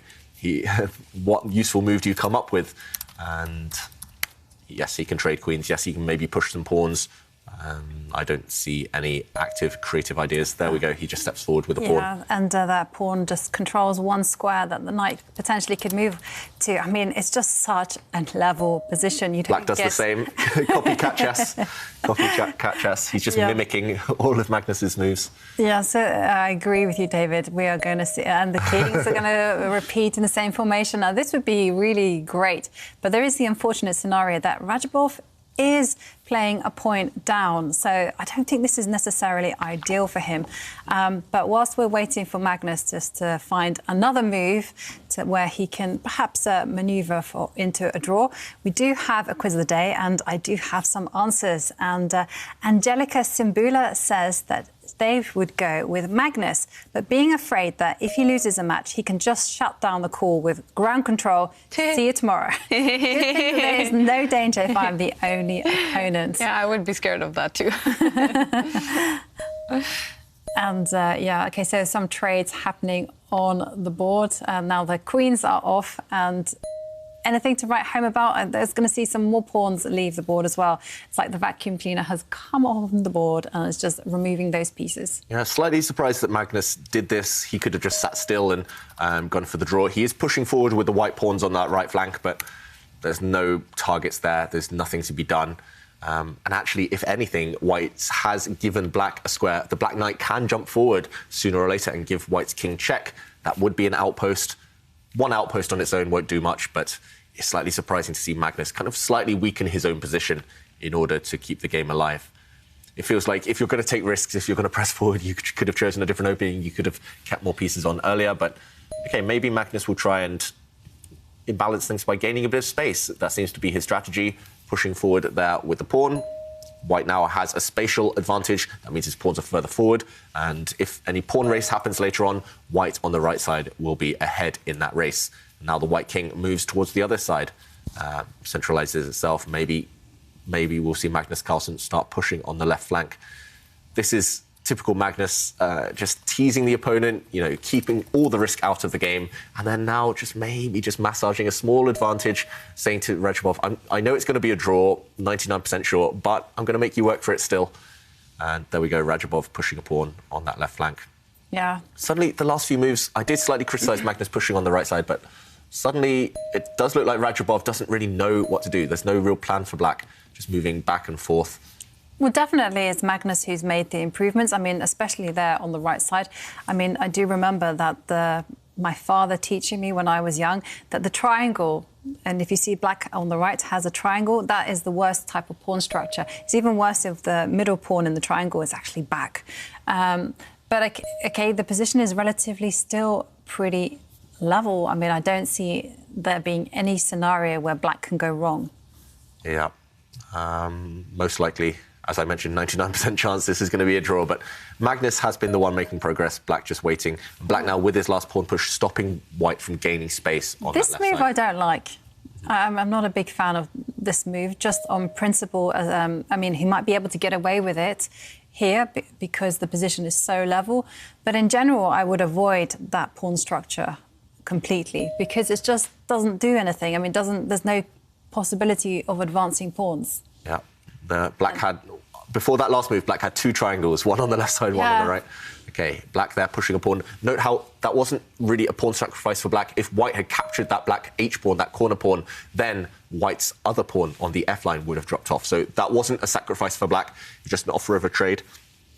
Now Black's gained a bit of space on that right side. But I mean, what I can see happening is that White's simply going to move the knight to cover the important square in the centre that the Black Knight can jump into, and then move the king up sideways.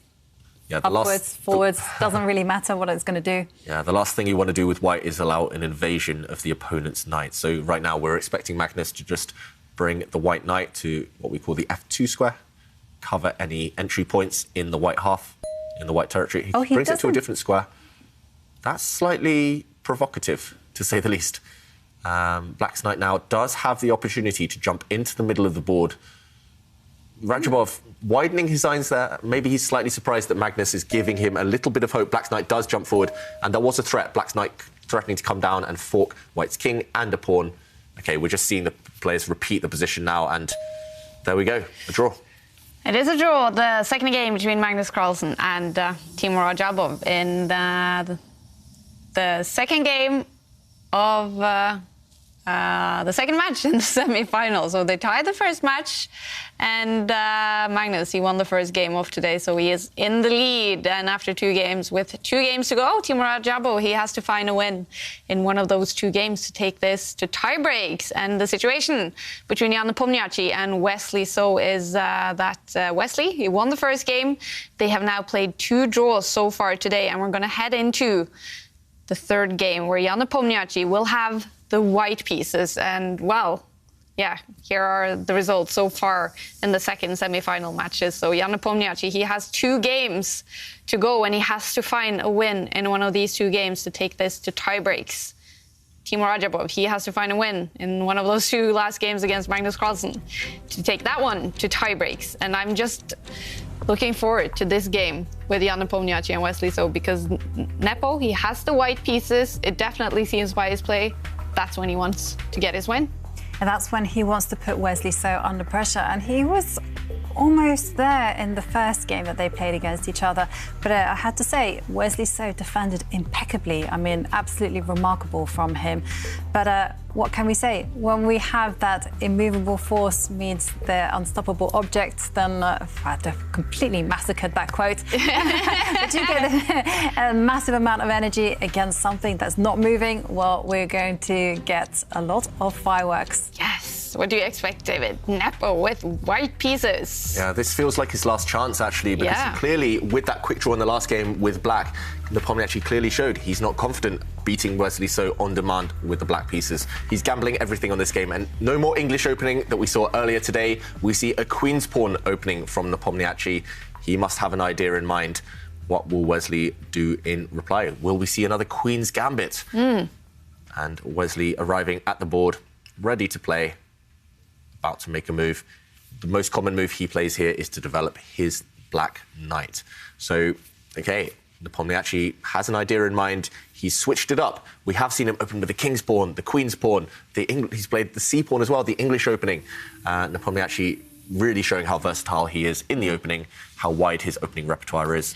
Wesley So does bring his knight out. And of course, we have to mention, if Wesley So wins this game, then it will be over. Then he will be in the final. So, of course, that can happen as well. Yeah, and we do see White's knight developing there. White threatening to expand even more in the centre. White having a bit of a clamp right now. And we do see Wesley, instead of going for something known as the Nimzo Indian, which he's played throughout his career, going for the Queen's Gambit again. This is one of the most popular, most topical openings in world chess right now. It was even before the Netflix show. And, OK, we see a trade of pawns in the centre of the board. Black capturing with the knight. So this semi-Tarrasch. Semi-Tarrasch, yeah. Defense. I didn't expect that one, actually. I was expecting a full-on... OK, but the move's coming thick and fast. Yeah, so White there with that rook move. That might look a bit mysterious. Yes, it does put the rook on a semi-open line, but ignoring White's piece development on the other side of the board. But that White rook move was designed against Black's main idea of giving some bishop checks later on. Black is the first to castle. White will continue development here, most likely. White can bring a bishop out. OK, instead, he pushes his corner pawn, pushing Harry the H-pawn. This is known. I think I've seen Magnus Carlsen do something similar something like this in a very similar position, but it is also very risky. White ignoring the development of the white bishops and just pushing forward. That pawn is going to continue pushing, going to try and loosen up the black king position. If you look at this position and just do a summary, White has the centre. White occupies more space with his pawns. but black is super solid right now. Black is slightly ahead in development because he has castled. So black needs to challenge white's center. If white is given 3 or 4 moves to just consolidate, to continue building space, if there are no trades, then white is doing fantastically. So Wesley, that is the dilemma number 1. How does he activate the black pieces? How does he maybe offer some trades to release the tension and to minimize the effect of white's pawn center? Wesley's reaction is not that typical. I mean, this pawn move pushing Harry the H-pawn actually has great pedigree. Geary's played it, Aronian's played it, many other grandmasters, so it definitely is recognized to be very, very dangerous. But this move, not so much. Only 2 games in my database. In fact, it was played Levon Aronian against, I don't know his first name, Bosiewicz. Marin Bosiewicz. Yes, that's it, 2019. And that one was a win for Levon Aronian with the white pieces. Yeah, so this opening, despite the fact that the evaluation bar is over on black side, this opening has had a lot of success with white. It has attracted some very strong players. There we see a trade of pawns in the centre. Nepomniachtchi just snacking up, just getting a bit more fuel, a bit more energy. He recaptures that pawn. White's pawns in the centre of the board are beautiful right now, but black finally starting to try and chip away at white's pawn centre. Black's knight coming out, attacking one of white's central pawns. That needs to be dealt with. That needs to be defended against. Nepomniachtchi, how will he do that? Will he defend it with a bishop? I expect it's the most natural move on the board, isn't it? Just to pick up the bishop, move it 2 squares, defend the pawn that is under attack. Yeah. He could also push one of his central pawns. He could push either of his central pawns if he wants to. Lots of choice here. Definitely lots of choice. I mean, I would be a lot more tempted just to pick up the bishop. And the reason I would say that is because you keep the tension on the board. Because it's not necessarily the best idea to play so directly, because your opponent will be ready for direct action and will be taking the most precautions necessary. Instead, if you maintain the tension, the opponent will have to be thinking all the time, you know, what happens if they advance the pawn? And it's just a matter of taste, but also a very practical approach. Yes, I agree. In an ideal world, Nepomniachtchi, he would want to stay as flexible as possible with your pawn centre. You don't want to commit yet. You want to keep your opponent guessing and keep them worrying about what you'll do there. But he is a very ambitious player. He is in a must-win situation as well. So it's very tempting to be ambitious, to be very direct and just push one of those white central pawns forward. So Nepomniachtchi, just while he takes a sip of tea, while he takes a time out, yeah, I think he is just contemplating those options. Solid, defend your centre, develop pieces, or do you just show your opponent your intentions? Do you go on the front foot immediately? It does feel like opening up the centre actually with one of white's pawns does feel a bit premature because white's king is in the middle. Instead, he steps back his bishop. Now the white queen defends one of the central pawns, but he has lost time with that bishop. You don't like it, Jovanka. I saw the surprise on your face there. Not my move at all. I mean, I was thinking it was much more natural to pick up the dark square bishop and just move it to support the pawn. I mean, wasting time. This is a really energetic position. Look at the pawn structure. It's like nearly open and timing counts here. Every move has to have a purpose. So I'm just looking at what is the purpose of moving the light squared bishop to that square. For white? Yeah, for white. I mean, it's just purely defensive to open up the queen defending the central pawn. But now we see Nepomniachtchi's idea. He lifts his rook up the board. That rook is going to step across one square to the left. And this is actually his strategy 2 games ago, earlier today. White lining up his rook with the opponent's king. It's clear Nepomniachtchi, he's in the mood for blood. He wants to go for the opponent's king no matter what. He doesn't really feel comfortable or doesn't feel that his chances of beating Wesley in an endgame or in maybe a slower position, those chances aren't very high, so he's going straight for the attack. That's very provocative, that white rook lift. I think a few years ago they would have said, this is just not chess, this is too ambitious, breaking all the opening rules. White has moved the same bishop twice, White has ignored castling, White never going to castle now, White breaking all the rules. But this is modern chess, and if you can attack, that tends to be a good psychological weapon in rapid chess. And also, sometimes it's a very good idea to play in an unorthodox way. I mean, look at the way that he's attacking. You know, it's so rare to immediately go up with your rook, do a rover rook where it just threatens to sacrifice itself or even just to engage in an attack. I mean, this is so unusual. I don't see it being common at all. And what I'm thinking is that it will just force Wesley to think. It will burn, he will start to use psychological things, just thinking, my opponent can't play like that. What is he thinking about? I'm simply going to move my king. But there you can see a tweet from Anna Horvath, our tour director, who says that the person he's going to be taking is GMET. It's a good choice there. That's a funny picture. Yeah, and of course we do have a quiz of the day where we are asking everyone, which player would you take with you to the moon? And I do also have to read you this very nice tweet from Melody Garcia, who says that she would definitely bring her chess-playing husband. We will play chess in the most romantic setting, floating on the moon. And as always, if I win, he will wash the dishes. If he loses, he will wash the dishes. That's a good thing. And yeah, you can look at there. That is a massive prize up for grab. Chessable course. Play Magnus Plus membership, and then you also have 1 year's Chess24 premium membership. It's just amazing.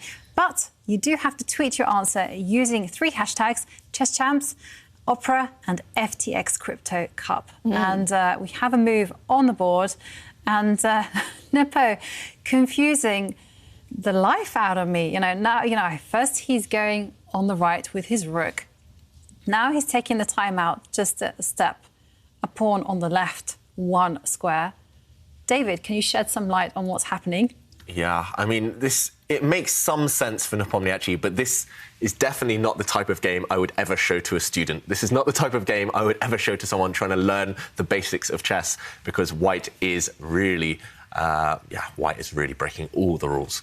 If we do bring up the analysis board, just to show why we are surprised by some of Nepomniachtchi's moves, and maybe why Wesley So is surprised by Nepomniachtchi's moves, is because white has spent so long pushing this pawn forward, bringing his rook to this square. He's trying to build up an attack against the black king, and suddenly, with his last move, he has just pushed a pawn on the other flank, and that is actually the purpose behind that move is to control black's counterplay on the other flank. Maybe if white had been too ambitious, if on the last go, if white had just maybe moved his bishop, for example, then suddenly the black knight might jump into this square, attacking white's pawn in the corner. If that pawn moves, then the black knight jumps in, protected by the black rook at the top of the board, and this is check, and also with a fork. I think Nepomniachtchi, he just wanted to say, this is going to be a one-sided battle. I'm not going to allow any counterplay on this side of the board. You're not using this square as a launch pad for your pieces. So Nepomniachtchi just giving up a free move, wasting time with a pawn, but stopping black's most active idea. All right. So it's going to be on the right side of the board where all the drama will happen. Yeah. And he's going to switch his attention to this side. Maybe later on we'll look out for the ideas such as a bishop sacrifice to explode open black's king. Now, is this simply a must-win style kind of game by Nepomniachtchi? Yeah. This one, there's huge rewards if you do get to the black king, but also huge risk because the white king is in the middle. Ivanka, you'll be shocked by this last move. White's bishop was on that square. What was it? 3 moves ago, it's gone back to where it came from. And that bishop's moved 3 times now in this game. That is not to be recommended. Black's knight jumping into white's half. Black's knight also eyeing up that white pawn in the corner that did move a couple of turns ago. Logical play by Wesley So. I mean, this just shows how much Nepomniachtchi values having the pawn centre with white. If white's pawns weren't there, this is just suicidal chess. You're just taking too many liberties with your position. But because white occupies the centre, maybe white can get away with all these time-consuming manoeuvres. And I'd expect to see maybe right now Nepomniachtchi just move his queen. You have a couple of decent squares for that white queen. Wesley So, you saw his eyes there. He was maybe keeping an eye on the camera, keeping an eye on Nepomniachtchi, maybe hoping that the mosquitoes are going to act on his side again today. Nepomniachtchi playing creative chess so far, but whether that turns out well, it's yet to be seen. This one's still in the balance. OK, so still the most likely is a draw, even if the situation here is very chaotic, crazy.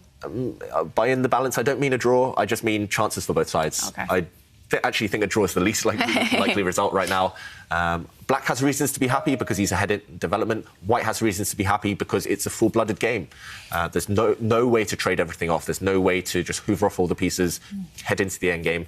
That tends to be Wesley So's kind of fallback option, if given the chance. And we see Nepomniachtchi. He didn't get the chance to castle, so he's going to be doing it in a long-winded fashion, just shifting his king across one square, maybe later on shifting the king again. to full safety behind some pawns. How dangerous is this tactic by Nepomniachtchi? Just spending so much time to develop pieces to castle, or not castle, but getting his king to safety. It's so unusual, you know. You don't see people play chess like this, you know.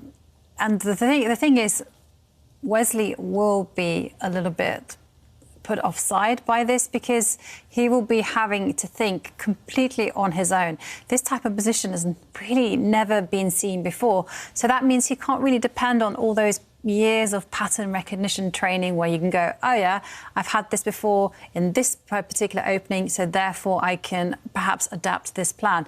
Here, there is so much danger in the position, and this is why I think Wesley is just manoeuvring his pieces because he can't see an active plan. So he's just like, well, fine, I don't see what White's doing, so I'm just going to improve my knight and beg for some decisive action so that, therefore, I can react to that. Yeah, both sides just biding their time over the last couple of moves, waiting for that decisive action, waiting for things to heat up. With Black's last move, retreating the knight, it looks like Black's losing a lot of time, but there is a clear threat right now for Black. Black is eyeing up White's central pawn, White's E pawn in the middle of the board there, eyed up by the Black knight and by Black's light squared bishop. So right now, White has a decision to make. Do you push that pawn forward, or do you maintain the integrity of those pawns? Do you just keep them defended, keep that flexibility that Jovanka was adhering to earlier on? And right now, the way to keep those pawns intact would be to just move the White queen. The White queen doing nothing, move the White queen to that central line, to that E line, defend White's key pawn in the middle. I think that's the most natural. Maybe Wesley's idea is to try and explode open the centre. Maybe he's going to, well, not be impatient, but he's going to finally enact some real direct play next move. If White moves the queen, Black can start pushing some pawns, and we'll see a real fight. Yeah, look at how focused both of these two players are. They know that the critical moment in this game is coming. It's over the next few moves.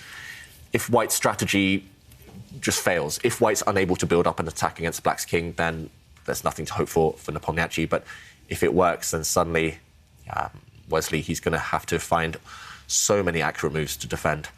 This one's heating up nicely. I mean, I feel that Wesley is already having to find some accurate moves because if Nepomniachtchi makes the move that you're suggesting, which is just moving the queen one square forward just to defend the pawn that is under fire, I mean, it's not necessarily that easy for Black to come up with a plan. Like, if you move the queen, well, then there's the possibility that the White knight can jump forward. If you connect the rooks, well, I mean, how are you going to do that? What are you going to do with your Black rook? How are you going to wait? Not easy. Yeah, not easy questions. I mean, I can't offhand tell you what's going to happen. This move, I didn't anticipate because it forces the pace. Look at the bar. Wow. Wow. Yeah, speechless almost, because Nepomniachtchi, he's opening things up, but White is not ready. White hasn't finished development. Some of White's pieces, White's rook, bishop on that left side, they aren't active. White's king not fully safe yet, hasn't evacuated the centre, and White's giving up a pawn, opening up the middle of the board. You cannot do that when your pieces aren't ready, and there we see Stockfish, the computer, thinks that Nepomniachtchi is bluffing. Not necessarily a blunder, but probably just a misjudgment, a miscalculation. Black can simply capture that White pawn that has advanced, and I don't see the follow-up yet. Clearly, Stockfish, the computer, doesn't see the follow-up. I do think that Nepomniachtchi may be just rushing. He sensed that that was the moment, but as Jovanka mentioned, maybe it's just time to consolidate, keep the tension as long as possible, wait for Wesley to get low on time, wait for Wesley to get nervous. If we bring up the analysis board to try and investigate what's happening here, Black, as we're expecting here, the most natural move in the position is to just capture the White pawn in the middle, the White pawn that has just moved. What's his plan, Jovanka? Is it to bring his bishop to this diagonal, line it up with the Black king, line it up against this point with the White rook, the bishop and rook attacking this? But maybe this is what... OK, we're about to see it on the board. Yeah. Black did capture.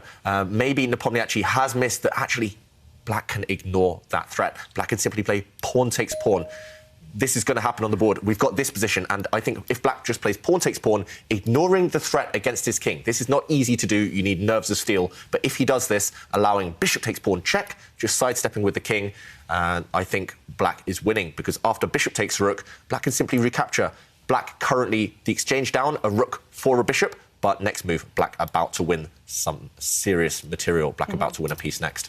Wow. I actually think that that's one of the few moves to actually give black the advantage. This position. Yeah. Pawn takes pawn. Pawn takes pawn. I mean, takes courage, though, right? Right. I mean, it's so natural. You know, if white attacks a pawn to give check to win material. I mean, who is not going to pick up a pawn and try to block the situation? But that would be a mistake, actually, if you were to... You allow white's knight maybe in to give check later on if you push this pawn up. The move that maybe is more natural to me would be to move the rook across, but this would also be a mistake because white's queen would step up, and due to the pin along this diagonal, for example, if black plays pawn takes pawn, white can actually capture here, and this is checkmate. Black's pawn on this square unable to move because it is pinned by white's bishop along this diagonal. So actually, in the current position, Wesley So is pretty much forced to find pawn takes pawn. Every other move looks pretty bad for black. So right now... What a black and white situation. Yeah, it's going to be either very good for white or either very good for black after this next move. Let's go back to the players. Let's see if Wesley has... Well, if he's able to find that courage, find those nerves of steel and just play pawn takes pawn, ignoring Nepomniachtchi's threat. And remember, everyone, if Wesley So wins this game, it's going to be over. He's going to be in the final. Jan Nepomniachtchi, he has to at least find a draw here. Yeah. Preferably win it with the white pieces. Yeah, well, what a moment of suspense. You know, we'll find out whether Wesley has ice water in his veins. What a bold move. Yeah. I mean, I just don't know. I don't think it's possible, actually, to find it in a in the rapid game. Yeah, this type of position, if you show someone, if you say black has one move, one winning move, then maybe you find it. Or if you spend 5-10 minutes looking at all the options and you're suddenly thinking, actually, all of them are really bad for black, then you might be forced to find it, just out of pure process of elimination. Everything else for black, it looks really ugly, actually, right now. You can't defend white's threat safely. You can't defend it in a harmonious way. So, actually, maybe it's just best to ignore white's threat. But like you say, Ivanka, it's incredibly hard. Human instinct, if you see a threat against your king, you just defend against it. So Wesley, he needs to break down those kind of mental barriers, go away from all his prejudices and, just ignore the threat on black's king. Just continue taking pawns in the centre. Continue taking what Nepomniachtchi has offered you. And thinking for 3 minutes here now, Wesley So, you still think that is too little time for... I think you'll find it. OK, you do? I think just because there's no other attractive option and he plays it, pawn takes pawn, nerves of steel, Nepomniachtchi reacting immediately. Will Nepomniachtchi now realise that there's no follow-up for white? It looks great for white, but the problem is, no matter what you do now, white's bishop, white's light-squared bishop in the centre and white's knight, they're both under fire. One of those will drop off, and there's no way to continue the attack. For example, here, if white steps up the queen one square, if white just advances the queen, eyeing up a pawn in front of the black king, then black's knight will come to the side to defend against that. And I think it's easy to defend all the threats for black. And there's not enough attacking forces for white right now. Yeah, no, totally. I mean, the best thing that I see is just to grab the rook. Take the rook and... Pray that it's going to be sufficient. Follows your advice, Ivanka. Yeah, because otherwise, you know, the black knight was coming in and was going to be attacking all sorts of pieces. So now the big issue is that Wesley can just capture the bishop. And by bishop, I mean the dark-squared bishop. And there is still the problem of the bishop and the knight being simultaneously attacked. So, I mean, is there any way that Nepomniachtchi can actually mix it up?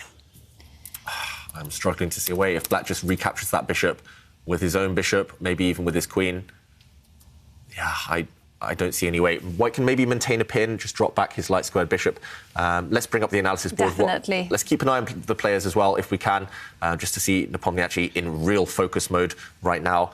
So black debating how to recapture this piece. There's two ways with the... OK, he made it easy for us. He captured with the bishop. This makes a lot of sense. Now, these two pieces are under fire, and there's no way to actually keep them both, apart from if you just retreat with your bishop. Now, white's knight cannot be captured due to a pin along this diagonal, but the problem for white is that after black just brings his knight to block that diagonal, suddenly there's too many threats. The queens might come off the board. The queens might come off the board in the centre. Also, black is attacking this rook. Black is attacking this knight. Everything is just wrong for white. Everything is hanging, and maybe this is the best bet, but it does still look desperate for white. It looks just like you've put all your pieces on the wrong squares where they're easily targets. And this rook especially spent so much time getting here, has to lose a move now because it is attacked by black's knight. Desperate times for Nepomniachtchi. And it's almost as though white has inadvertently put all their pieces on the wrong square, because here white would love to go queen takes queen. But, you know, queen takes queen isn't going to be met by rook takes queen. It's going to be met by knight takes rook. Check. Yeah, check. And then next move, you capture the queen back. And black, for example, pawn takes knight. Now black is ahead. If we do a quick count, he's only ahead 1 pawn, but he does have 2 bishops. And there's still, I mean, it's just no hope. There's still threats against this pawn. That pawn's weak. White has double pawns on this side. 1 pawn down for white, and your position, it lies in tatters. It's in ruins. And if this is the best Nepomniachtchi can hope for, a position where he's fighting for a draw, but actually I think no chance here, then it's going to be difficult. Yeah, it's like the cards have all aligned in Wesley's favour. But we have to say that was just amazing defensive calculation there by Wesley. And you can just see how he is up close. He is so enthusiastic and just really getting into the game. Both players are, in fact. Nepomniachtchi desperately trying to find out the best way to create some problems. I mean... This whole tournament, Wesley's barely put a foot wrong. I was trying to count in my head. I think this might be his 29th game of the tournament, and still undefeated. And it looks like he's going to win. Yeah, he's in the form of his life right now. He has won previous tournaments on the tour. We know he's a great rapid player, but I think this tournament's been his most impressive up to this point. And Nepomniachtchi's starting to realise. We see on his face, Nepomniachtchi lacking ideas. He saw this far, but he didn't realise exactly how dire White's situation is. Ivanka, do you see any hope? I don't here for white anymore. Aside from doing some strange moves. OK, but we have a move from Nepomniachtchi. He's just moved his rook forward. So is there an immediate problem with pawn takes bishop? I mean, that's the most obvious move, right? White's bishop might just get captured.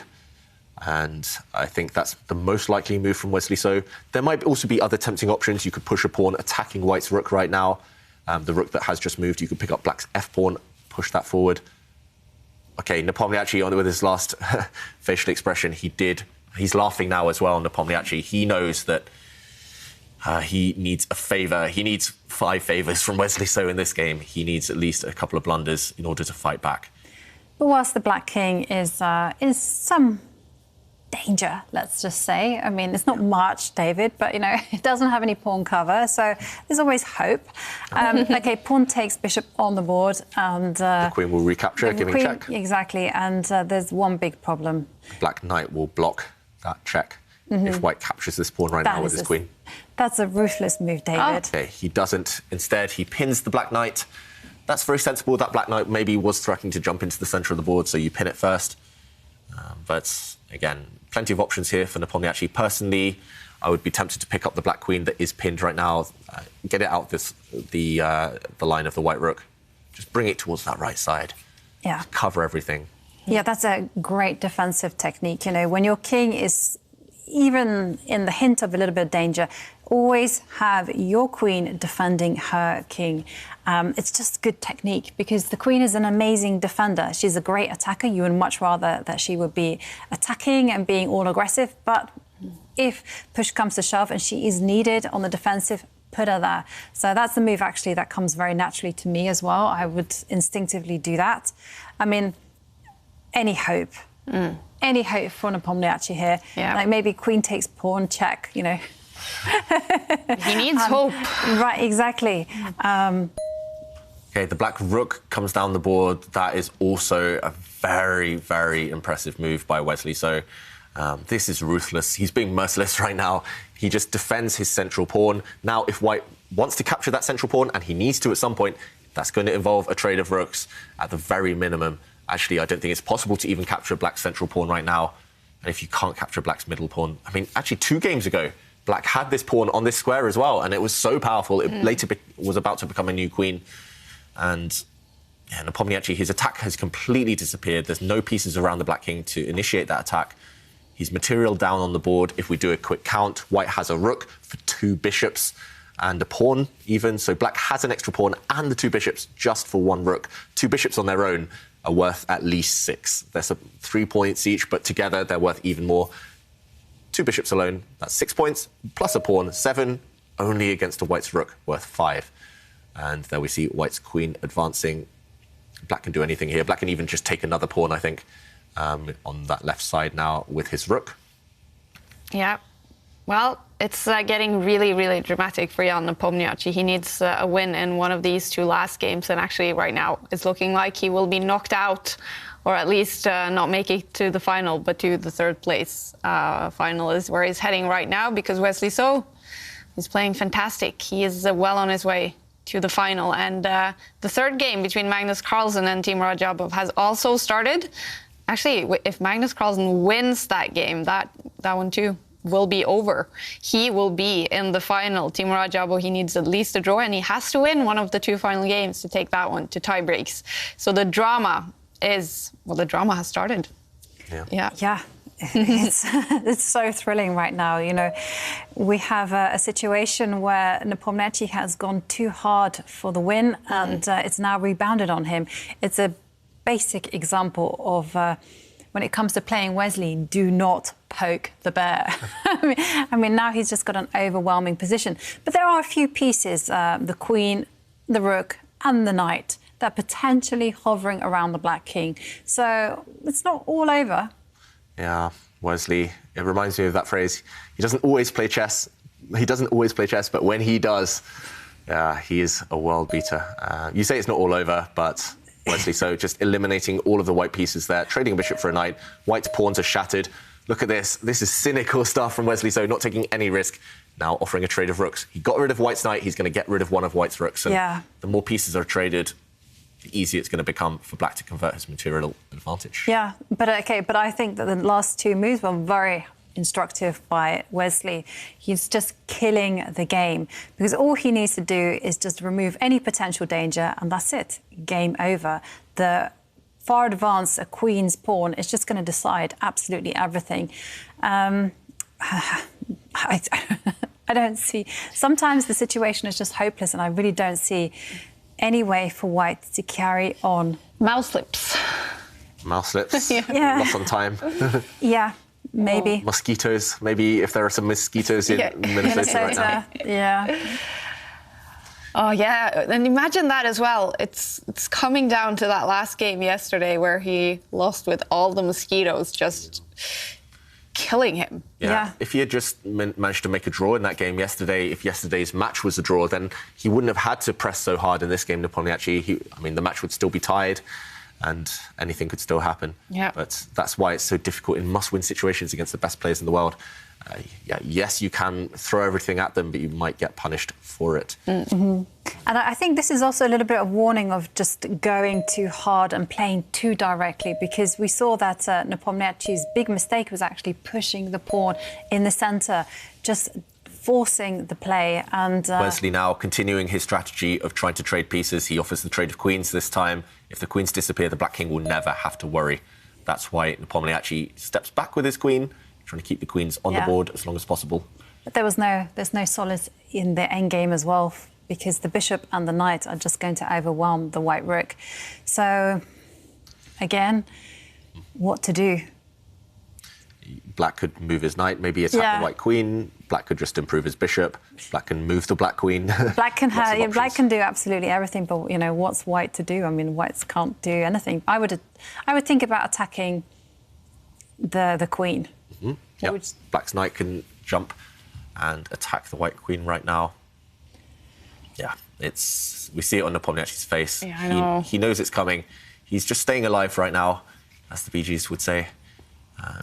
He's just trying to survive for the next few moves and hopes that Wesley gets nervous. OK, he brings his knight to that side. Slightly mysterious.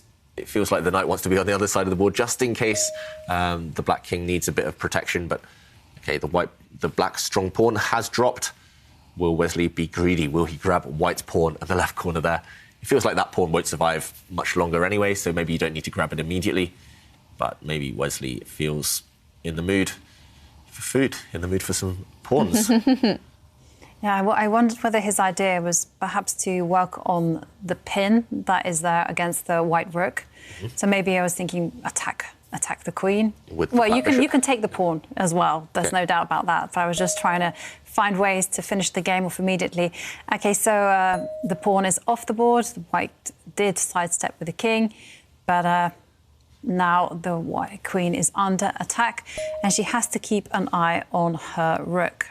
Yeah, if you imagine the queen's coming off right now, black has these 2 pawns on the left side. Those will just pick each other up, hold their hands and walk down the board, supported by black's knight and bishop. And look at that last move, just blocking in white's rook. Any small hopes that Nepomniachtchi has, every turn, Wesley So is crushing those dreams, crushing those hopes.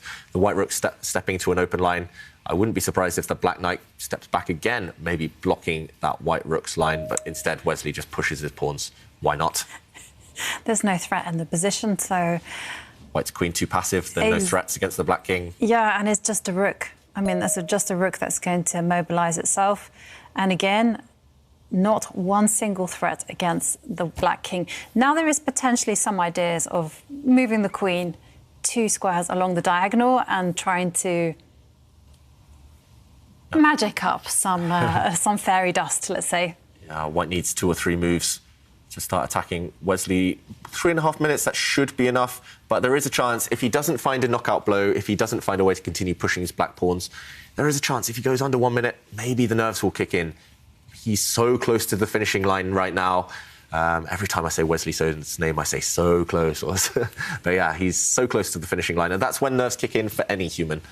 The adrenaline's pumping, it's hard to stay fully focused and always being accurate. If I were Wesley, I would also just retreat my knight now, just to kind of kill the possibility of white moving the queen. And there's no checks on the board. And the knight is actually quite nice if I'm primarily thinking of moving it backwards so that it looks at the the white rook. And then I have ideas of checking or whatever, but a knight is a king's best friend. Yes. So that's my move, so without thinking. Bring back that black knight towards... I don't want any trouble whatsoever with the queen and a rook. I want to kill the game. That's my focus. Yeah, Wesley So pausing, slightly surprising that he's paused now. I mean, over the last few moves, he could have maybe erected a better defensive setup. So maybe he's starting to realise there are some dangers, and he pushes a pawn.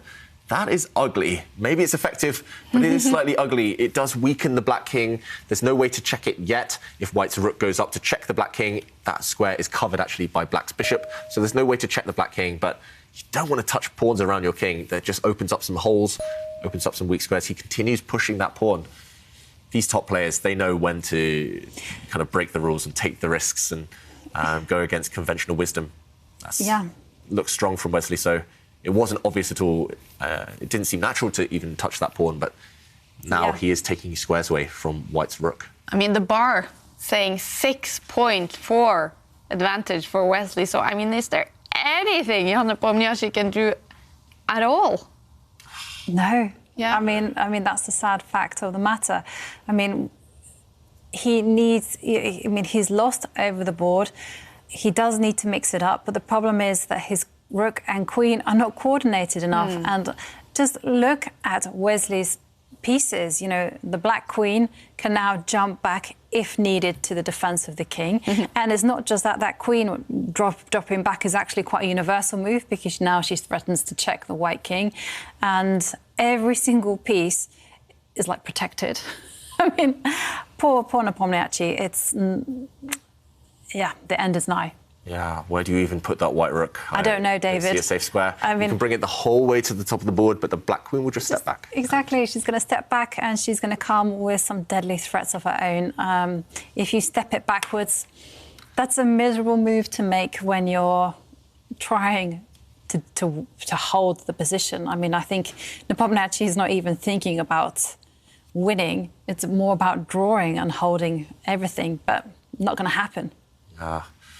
Last chance for Nepomniachtchi is just maybe one final trick, one final threat. Hope that Wesley So overlooks it, hope that he misses it.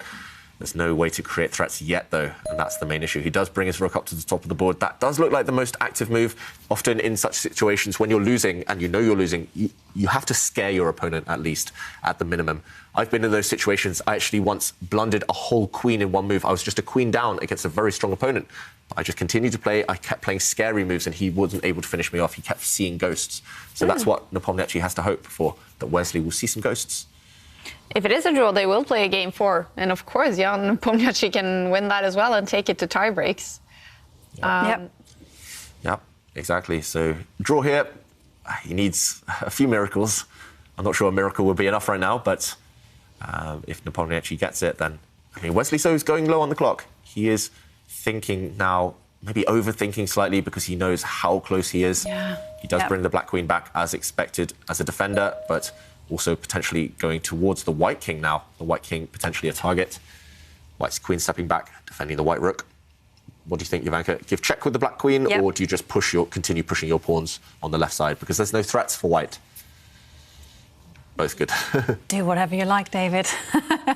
I mean, I would be tempted to give a check, but also I do like the quite cold-blooded nature of just pushing the pawn there in the left. OK, so now... Nepomniachtchi even has to be a bit careful as to where he's going to put his king, because if he puts in the wrong square, there's going to be a knight check, and that knight check comes with immediate consequence. So... yeah, White's king just doesn't have a safe square. I think suddenly the tables have turned in terms of attacking, and White's king is much weaker than Black's. Yeah, it's depressing when you're material down and you're getting attacked. That's double whammy there. What I would be tempted to do is when the white king steps back, I would be tempted now just to push the pawn. I don't think I would capture that pawn, primarily because... So Black's knight capturing a pawn right now? Yeah, because it's pretty good. It actually looks good as well, doesn't it? What am I talking about? Because the queen has to guard against the potential checkmate. So anything goes. There we go. Another pawn drops off the board. Black now threatening the white queen. If the white queen does bring herself up, then Black's queen's actually going to come down and trap the white king. Yeah, yes. All over. All over. It reminds me of that football line that we all know. They think it's all over. It is now. Yeah, unfortunately, I'm struggling to find hope for Nepomniachtchi. Maybe the best move is just bring the queen across one square to the left, attack the black knight, keep the game going. That sets a small trap, at least, in the position. Black's queen now, if it comes down to defend Black's knight, at least it would allow White's queen to start checking the black king. But Wesley won't walk into that pretty blatant, pretty obvious trap. The black knight can move away. He can just block. Yeah. Black's bishop can even take a pawn right now. That would be really... That would be so cold-blooded, David. I just love your suggestions. And I also love what Wesley So's doing, because, you know, he's like, do I need to defend my knight? No, I'm simply going to counter-attack your rook. And again, ask you, what are you going to do? And that move is just ruthless, because it's not only threatening the rook, it's also threatening the pawn. And if the queen is allowed to take the pawn with check, nothing. So, nothing can save. White's H pawn there, White's pawn in the corner, also under fire. And it might be time to... call it quits. Yeah, call it quits. Or maybe White can try a couple of more spite checks. White can grab the black knight, and once the rook drops off the board, you can take another pawn and just say, OK, I'm going to lose, but at least I've checked you. I know when I was young, that was what a lot of people did. Just before they resigned, they say, oh, I've checked you at least once. Sometimes that's good enough. It's some consolation. And... yeah, Nepomniachtchi, he just resigns and he's out. It's over. Wesley So is ready for the final in the FTX Crypto Cup. Jan Nepomniachtchi, he resigns. It's over for him. The American is ready for his third final in the Meltwater Champions Chess Tour. That is extremely impressive stuff by Wesley So. Unfortunately, Jan Nepomniachtchi, with all those mosquitoes yesterday, well, he did need to win today, and he wasn't able to. Wesley So, after 3 games today, is ready for the final. Impressive stuff by Wesley So again. Marvellous play. I mean, what can I say? You know, Nepomniachtchi gave him one opportunity, and that was all it took. And after that, Wesley So was just absolutely dominating the position. He didn't give Nepomniachtchi a chance. Impressive. All right. Well, It was a great game by Jan Nepomniachtchi. He gave it his all. We could definitely see with the white pieces. He wanted to go for the win in this one. It wasn't enough, but David will now give us the FTX exchange of today.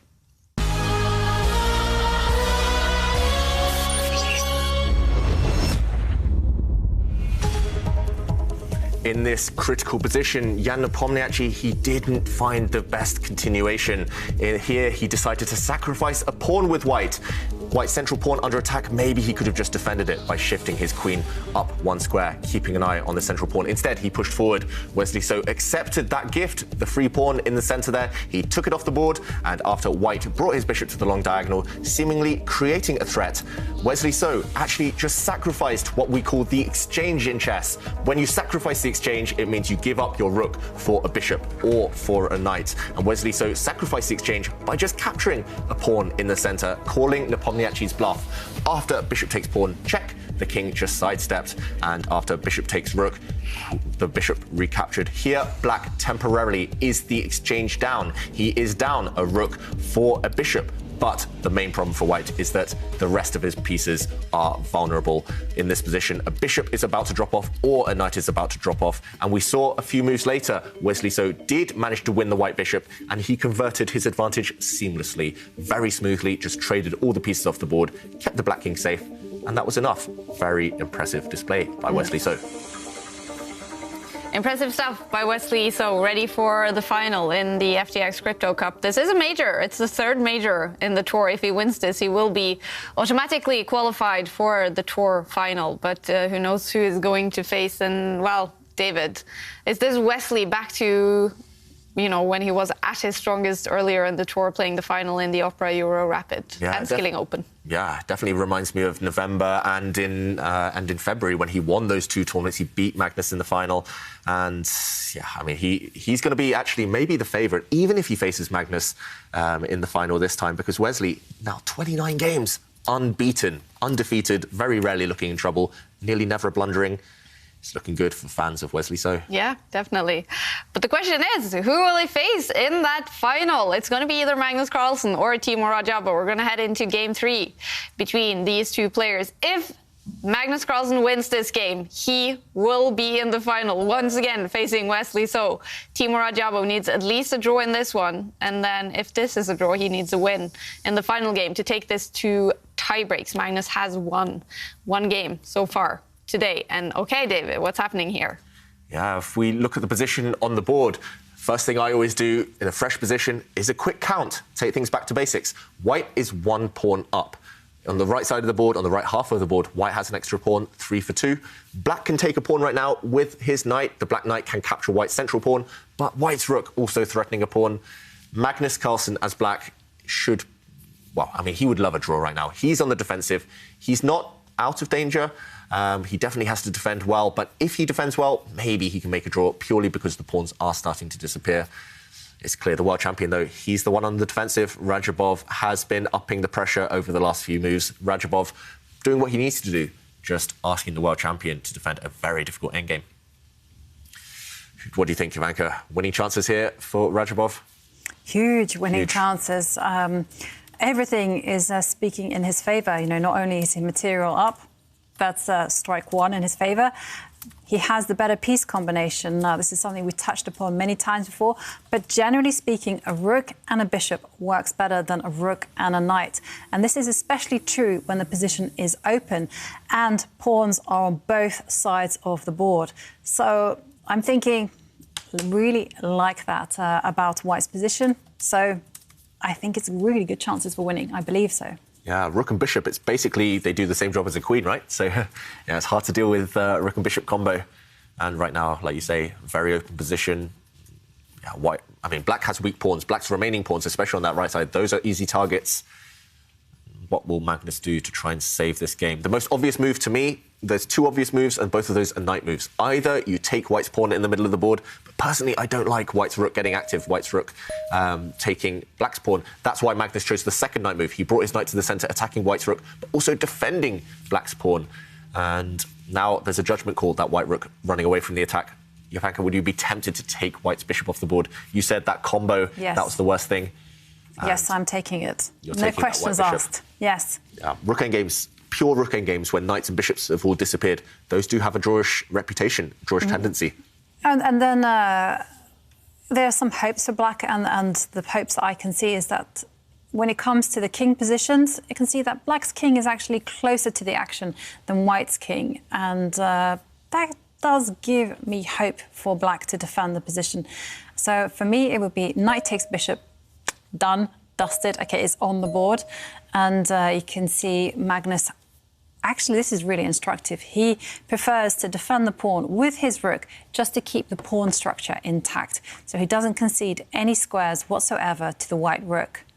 Yeah, very solid, very nice play there by Magnus Carlsen. And yeah, I agree. I think black had to take off that white bishop. That white bishop was just too strong. And that white bishop also was previously stopping the black king from stepping into the middle. Now black has a clear plan, at least. And that makes endgames so much easier if you have a clear plan. Black just wants to step the black king forward and capture that white isolated pawn in the middle.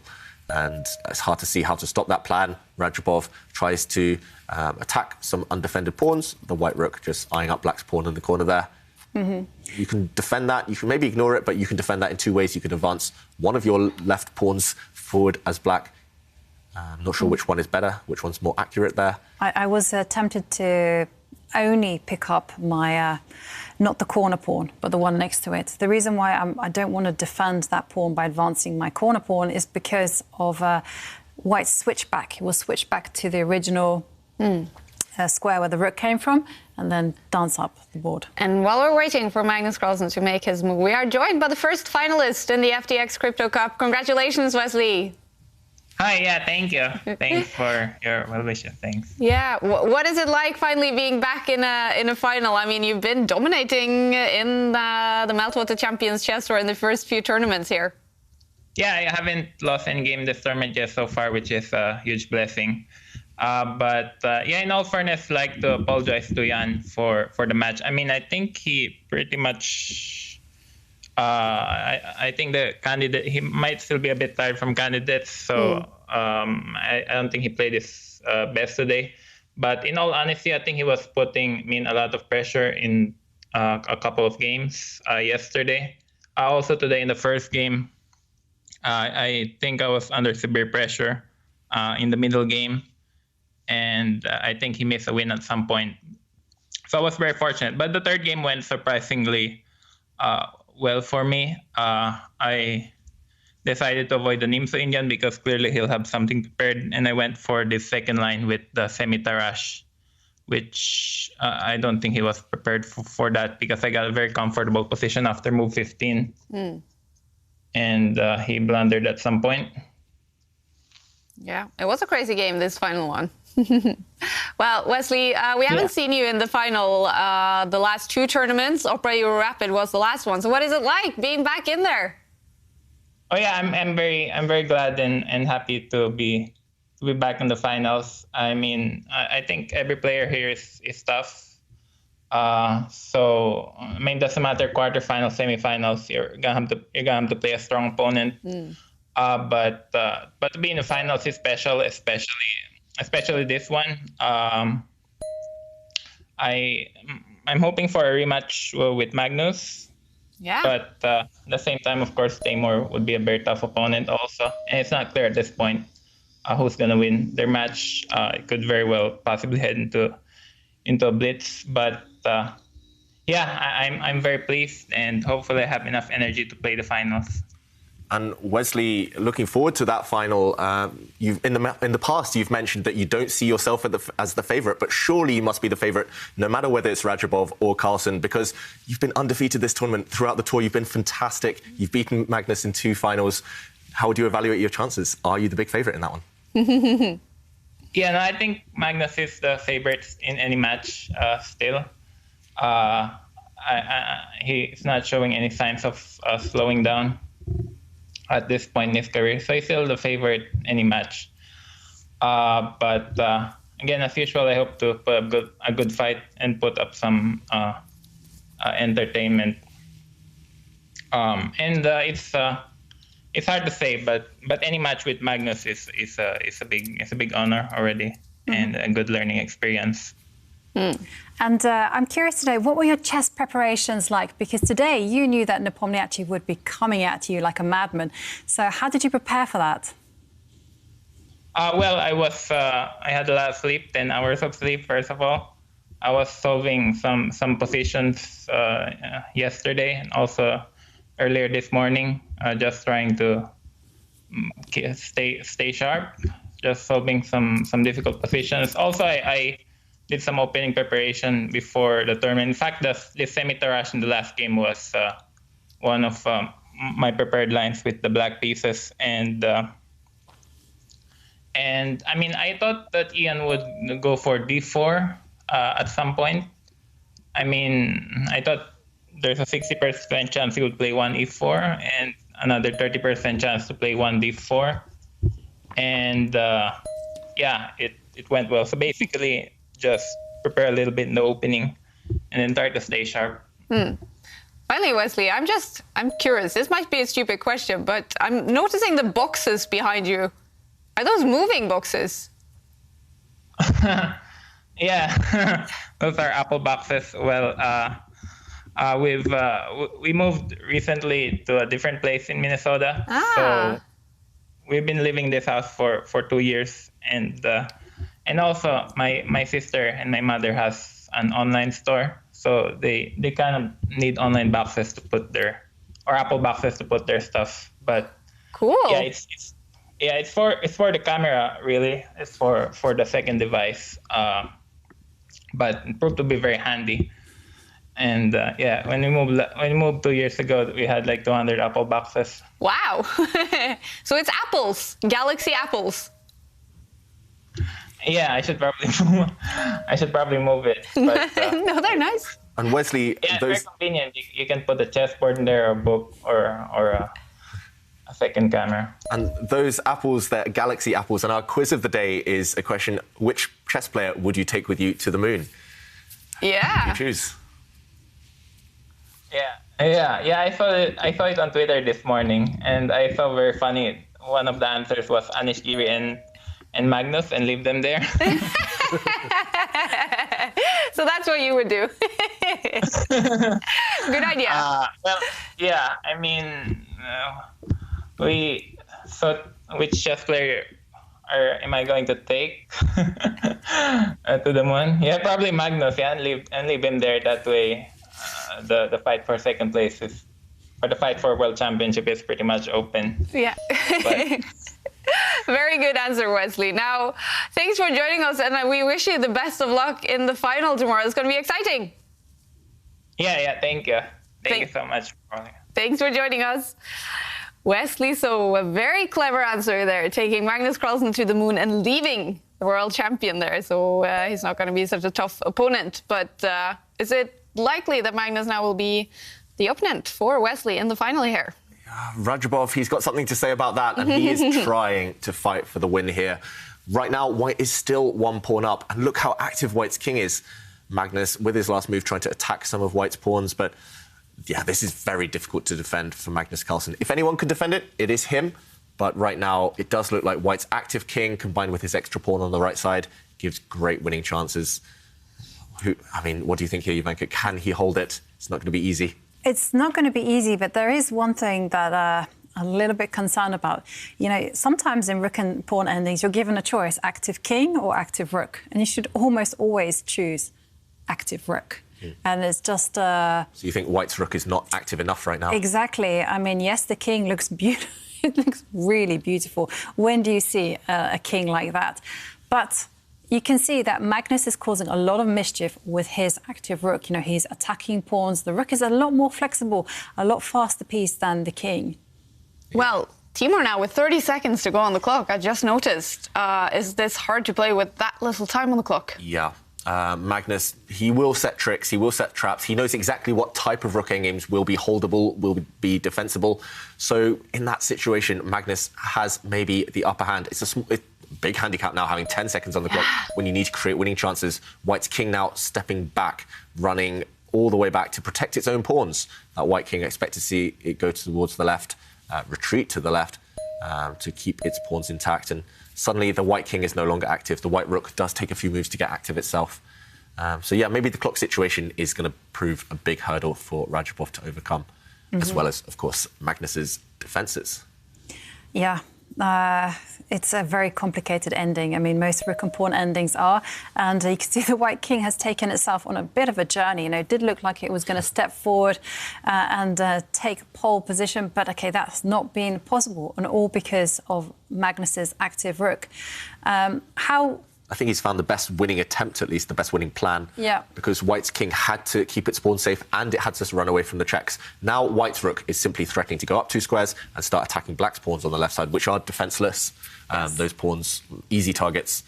So I don't know, for Magnus, it's hard suddenly to know exactly where to put the Black king, exactly where to put the Black rook, because you don't have targets. You have to wait for White's pieces to go active and then react. And it's harder to react in games. Well, one thing that I would be tempted to do is actually step my rook back 1 square just to attack the white pawn and try to provoke some kind of line opening.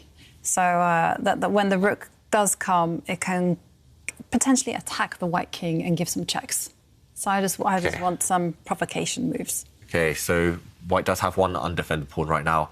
You want to step the Black rook back 1 square, up the board 1 square to attack it. Yes. That would be very logical. That's the type of move that I would maybe play if I'm low on time. I just want to gain a bit of extra time. I'm not sure really... I don't see what it gains immediately. Well, my whole idea is that if I force the pawn to step forward, then I can just use my king to cover some important squares. And then maybe that there's going to be a check. OK, but This is my idea. OK, we'll see. If Magnus tries that, I think White will defend that pawn with his king. And you can give another check. White will use pawns to blockade. And, yeah, I don't see any immediate ways to make gains as Black. I think White still has an easy path. Even if you stop the White rook going up 2 squares and coming across immediately, the White rook will eventually be able to go towards that left side, and it will become a race, I do think. OK, so we do have a move. He's attacked the white rook with the king. So now Radjabov must move the rook. And here comes the question. Do you just go passive with your own rook? As soon as Black goes passive with his rook, you mentioned earlier, Jovanka, it's more important to get White's rook active. Now the White rook is finally active. As soon as White's king gets active again, it's not currently, but if the White king gets active again, 2 active pieces and an extra pawn should decide. So you would advocate... OK, I'm not so sure about that one. Magnus trying to eliminate a set of pawns on that right side.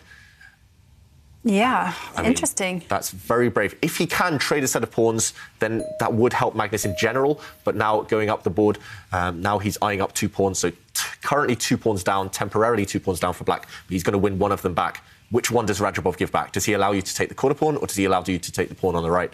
I think let the pawn on the right drop, because I feel that the action is going to happen on the left, and it's to do with the king placement. The Black king is kind of offside on the right. Everything to the left. So, yeah, White will just actually use his corner pawn there, his extra pawn on the H-line. White's going to use that as bait. He's going to hope that that distracts the Black king and the rook, and then sooner or later the goal is to go towards Black's pawns on the other side. Yeah, that looks like it should be the winning plan long term. First, Radjabov gives a check. I'm slightly surprised by that one. He's allowing Black's king to go back towards the left. But OK, now Radjabov bring his rook to the other side, threatening to give check. Bring that rook down 1 square, checking the Black king, attacking some of Black's pawns. Computer doesn't like it. Computer doesn't like it, but to me that looks very strong. It looks really strong. I mean, what's happening? Is it to do with the fact that you just give up a pawn? That is so clever by Magnus Carlsen. I think he's found the best defence. I think he's going to hold this game now because Black is going to give up his pawn, one of his pawns on the left side, and then he's going to race the Black king across to that flank. White's pawn on the right corner now is doomed. You don't need to take it immediately. That's the key. Just leave it there. Black's rook is going to snap it off sometime soon. Radjabov now with 10 seconds left. I think he missed this last move. 5 seconds. Oh, OK, he just pushes a pawn. That is calm.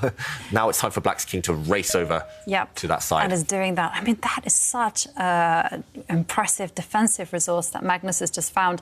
So I suspect that White can... Yeah, I would have said cut the king off.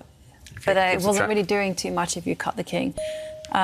Gives the check. He's going to bring his rook back. OK, yeah, this is good.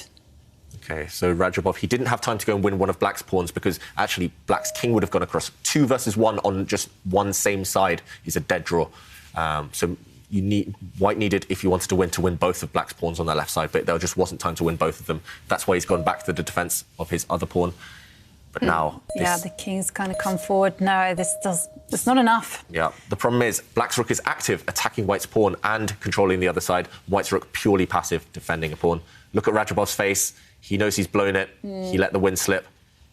And Magnus, yeah, this is why he's so good in the endgame expert. Not only does he grind out small advantages into wins, he gets difficult positions and saves those draws. Yeah, no, I mean, this is just technical excellence, and they've actually agreed a result, a draw. There it is. It is a draw in Game 3 between these two. So Magnus Carlsen is still in the lead with one win so far in the final semi-final match. And that means, ladies and gentlemen, Timur Rajabov, he is in that must-win situation in the fourth and final game to take this to tie-breaks.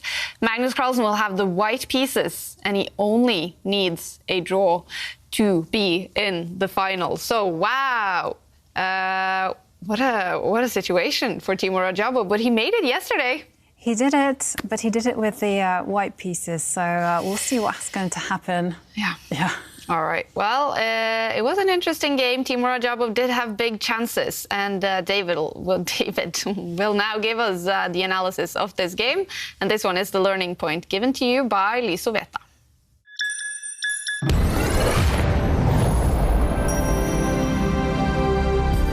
This is actually the moment when Rajabov let the win slip. White has fantastic winning chances if he just plays slowly, takes a few calm moves. For example, he could just wait with his pawn on this side. Black here, Magnus Carlsen, doesn't have a clear plan to force the draw. No matter what Black does, he has problems to deal with. He always has to worry about White's rook going for the black pawns at the right moment. Instead, Timur Rajabov hastily rushed with a check, allowing Black's king back towards that left side of the board, towards the side it actually wants to go to. This move helped Magnus Carlsen, and we saw here Black bringing his rook in front of White's pawn. Now, if White had given a check attacking the Black king would have simply stepped forward, and after the pawn drops, Black's king continues its march towards the left side. This would actually guarantee a draw, because no matter what happens on the next move, Black will just win White's pawn, and 2 versus 1 on the same side is not enough to win. You cannot create a passed pawn and continue your winning chances. Magnus spotting this drawing resource and saving the game.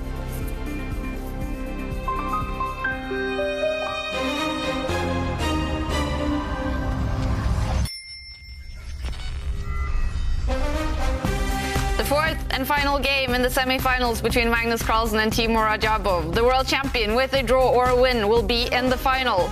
Rajabov, he has to win to take it to tie-breaks.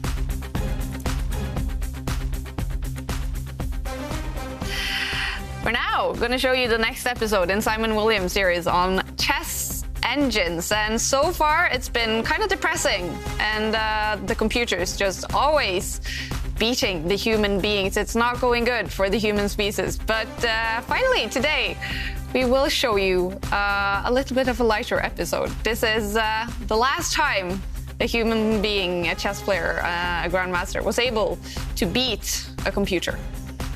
Hi viewers, hope you're all doing all right, and welcome to the FTX Crypto Cup. And I'm continuing my analysis of computer chess through the years. And it seemed, if you spotted the last video, if you were there, hope you were, don't want to miss any of the action, that humanity's fight against computers was over around the time where Garry Kasparov lost to Deep Blue, the IBM computer. And everyone had written off humans, but funny things occurred, and in the 2005 chess festival in Spain we had Ruslan Ponomariov, very strong player, being a world champion, FIDE world champion, playing against one of the strongest computers, Fritz, and no one expected the human to get a result. Deep Fritz, very, very good program, but the unthinkable occurred. The computer blundered.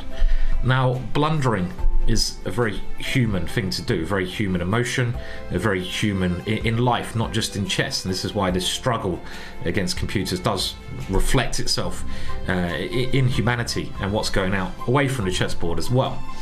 And I like that about humans. Flawedness, to me, imperfection, I think is a sign of beauty a lot of the time. But computers just don't blunder, and this was the last time really that a human was able to beat a strong computer. After this, things just went downhill for humans. And let's just see what happened. Well, Queen G3 was played by Ruslan, and Black is doing very well here, but Bishop C2 was a major blunder, and this allowed Ruslan to, can you see the move? Remember, you can have a little think. Take on H4, get the queens off, go Rook C1, and this is the key move. The pin on the F file, on the C file, is fatal. Now, after Rook takes B3, Knight takes, Bishop takes, maybe the computer has seen up to this point where it looks like the two pieces, the Knight and the Bishop, are better than the Rook, but the human Ruslan, to his credit, had seen that little bit further. Pawn to A5, and here the computer suddenly realized that B5 is coming and this pawn is marching down the board. For example, Knight C4, B5, and this pawn is just going to be too strong. For example, it's a runner. So a nice little moment, 2005, maybe the last time really where a human was able to fight at a similar level to a computer. After 2005, computers were just far too strong. They just got stronger and stronger and are getting stronger and stronger. If you want to see the other videos on this course, history, chess history, even computers, go over to chessable.com, the place for all your chess needs, and check out this course. It is free there, and there's loads of other cool stuff as well. It's all gone down from there. 2005, the last time a human being was able to beat a computer assignment. So, computers officially, I guess, then has taken over the world.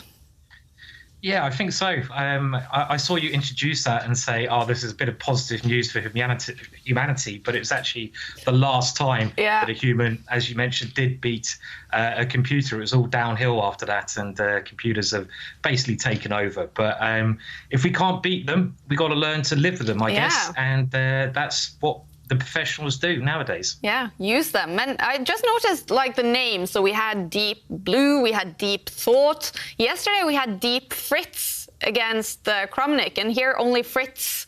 What is up what is up with these names?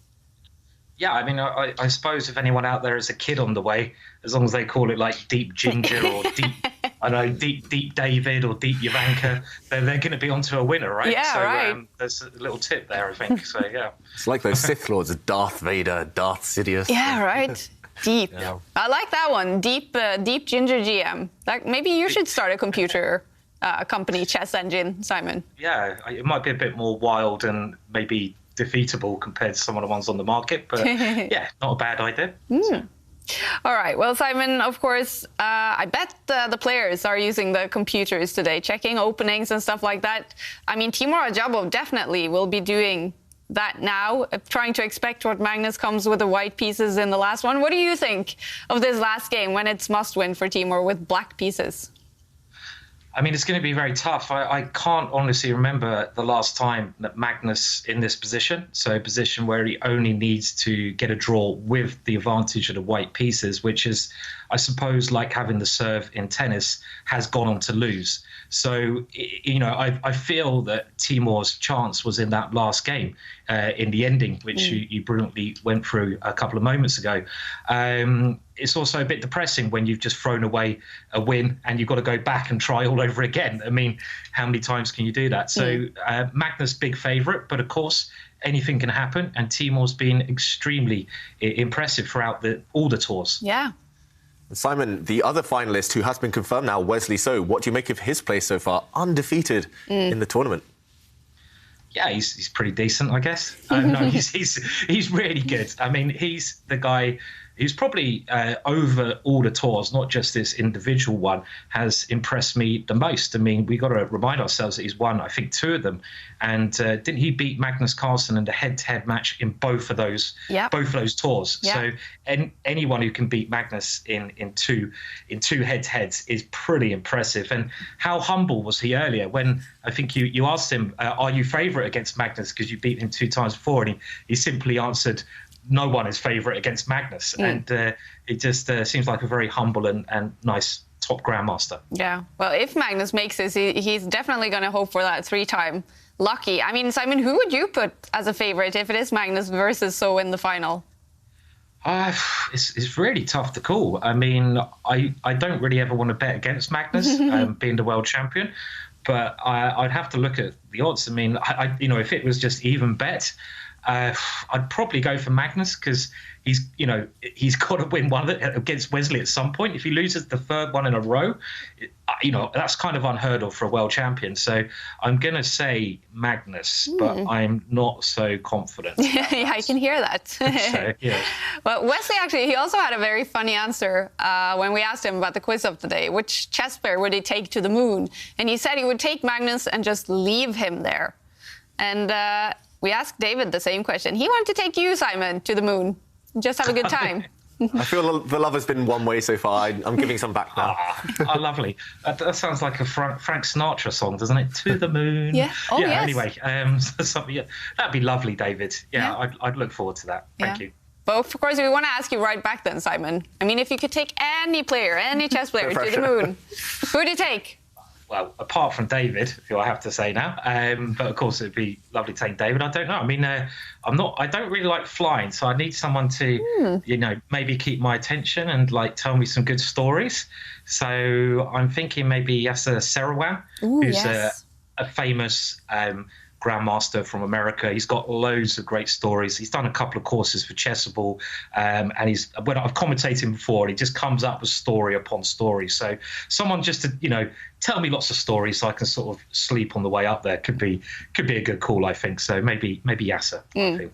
And David, of course. Yeah. And Jovanka as well. Thank you. So everyone. So about Kaya. Well, I'm not a chess player. That's the problem. Yeah. Otherwise, of course. Yeah. Well, you are a chess player, aren't you? You are. Okay, thank you, Simon. Yeah, I'll pretend. Okay. That would be fun. That would be fun, going to the moon with you guys. I think that would be a lot of fun. And Simon, so it's coming up very close, the next game with Magnus and Timur Rajavo. So thanks for joining us today, and we're looking forward to see you in the big final. Yeah, it's going to be great. Yeah. Looking forward to tomorrow. We'll have to wait and see who it is, I guess. Yeah, definitely. All right, Simon, thanks for joining us. Okay, bye. Bye. Yes, everyone dreaming of going to the moon now, and I hope the viewers are as well, Jovanka. Yeah, that is our quiz of the day, where we're asking which player would you take to the moon? And of course, everyone is not disappointing us with their answers. Here are a few that we really liked. CJ says that it would have to be David Howell. I'm pretty sure he's already been to space. You're not going to live this one down, David. That's the wrong Teletubby, though. It totally is. That one's Poe. David likes Tinky Winky. Yeah. And also, Gabrielle Coelho says that they would take their favourite would-be grandmaster. Actually, I'm sure that in his lifetime, moon travels will be a thing. Yeah. And Escobar says that they would love to take Jan Nepomniachtchi to the moon because no mosquitoes will disturb him. He'll happily join. Exactly. Yeah. And if you want to enter our quiz of the day, then you can tweet your answer using 3 hashtags. They are Chess Champs, Opera and FTX Crypto Cup, because what you have in store is amazing prize. Yeah.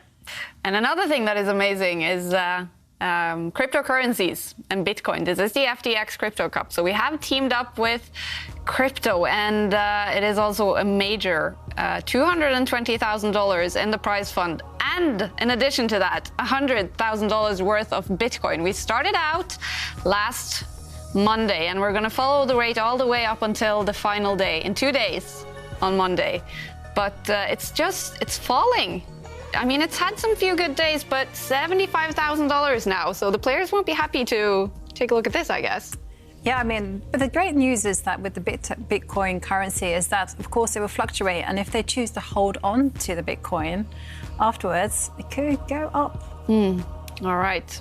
Well, maybe Timur Radjabov and Magnus Carlsen are taking a look at this. Maybe Timur Radjabov is taking a look at it just to remind himself of all the fun that is in it if he wins this game and takes it to tie breaks, and then maybe heads into the final. The winner of the FTX Crypto Cup, being a major, will qualify directly for the tour final. Actually, Timur Radjabov, he already won a major. He's already qualified, but Magnus Carlsen, he could need that win. And he is up by 1 point in the second semi-final match against Timur Radjabov. So with a draw or a win in the next one, Magnus Carlsen will be in the final against Wesley. So with the white pieces, David, what do you expect? I expect Magnus to play super solid. Yeah. As Simon mentioned, when Magnus wants a draw with white, he nearly always gets it. We've seen that actually before in World Championship matches. I remember seeing him play Vishy Anand. He only needed a draw with the white pieces. He tried to suck all of the life out of the game, and he was successful. Magnus, if Radjabov takes too many risks against him, he will know when to punish it as well. So Magnus, super solid. Radjabov needs to just keep all the pieces on the board if he can. Yeah. Not his usual strategy, but he needs to try something different. Yeah, maybe find some inspiration. I know he had the white pieces in the last game yesterday, but there must be something he can take out of that final must-win game yesterday. As inspiration, at least. Certainly, and he can also look backwards to the match that Magnus Carlsen played against Hikaru, where there was a lot of points exchanged there. So there have been some weaknesses shown by Magnus. I mean, perhaps Magnus has a tendency towards direct play, but Magnus playing with the white pieces, only needing a draw. There are some problems there, because what I have noticed about Magnus is that he has a very wide repertoire. He can choose which way he's going to serve, and he tends to be very effective. Oh, we're going to see an Owens defense. Yeah, so that is very rare with black. You can tell Radjabov doesn't believe in his chances in an open game, in a Sicilian, in a King's Pawn opening. He, as black now, he's about to set up with the hippopotamus defense. Wow, this looks strange. Likely. Yeah, black, he's just going to camp out on his first 3 rows, keeping all the pieces on the board, as we predicted. No opening theory here. A draw is the same as a loss for Radjabov, so it's all out for the win. This is an opening I employ a lot in blitz or bullet chess online, because there's no clear plan for the opponent. And that's why we see Magnus already thinking. It's only move 5. He does castle the white king. Radjabov bringing his knight to the centre now. There's no direct confrontation. No, white will control the first 4 ranks. Black will hide out on his first 3 ranks. Black slightly cramped, but super flexible. I have to say, we've seen many grandmasters try this particular opening with the black pieces, and I have to say the track record in this event is actually quite poor. White tends to get an overwhelming position, so I'm a little bit worried actually for Radjabov. And I also have to bear in mind that didn't Magnus play something very similar with the black pieces? Magnus has played everything, Ivanka, in his lifetime. He loves to experiment with new openings, and there we see Radjabov bringing his knight out. So it's not a pure hippopotamus defence where black would actually have put his knight next to the other knight. That's maybe the most common setup in this type of situation. Black's knight coming out to a slightly more active square here, controlling a bit more of the centre. But yeah, you say you're worried for Radjabov's chances. I love it. It means we're going to get a completely new type of game to anything we've seen before on the tour, especially between these 2 guys. All the pieces on the board for a long time. I just love it when players, they do something that they don't usually play. And it takes both players actually out of their comfort zone. Magnus reacting quite quickly to the surprise, but at least he can't rely purely on pattern recognition, on his opening research, all that stuff. That's what white wants to do, usually.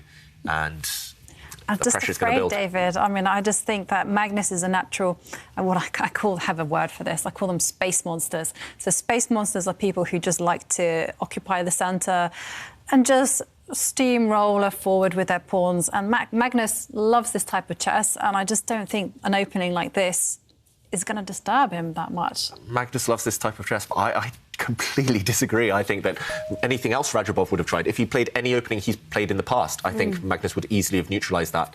So, yes, it might go wrong. Yes, Radjabov might lose, but I think this was his best bet, I think. OK. Well, why not try something? We have some disagreement. Let's see it on the board. I mean, I'm dying to see what's going to happen. And when Radjabov will strike, or what Magnus will do. OK, so Radjabov there, just developing his bishop, getting ready to castle the black king, potentially.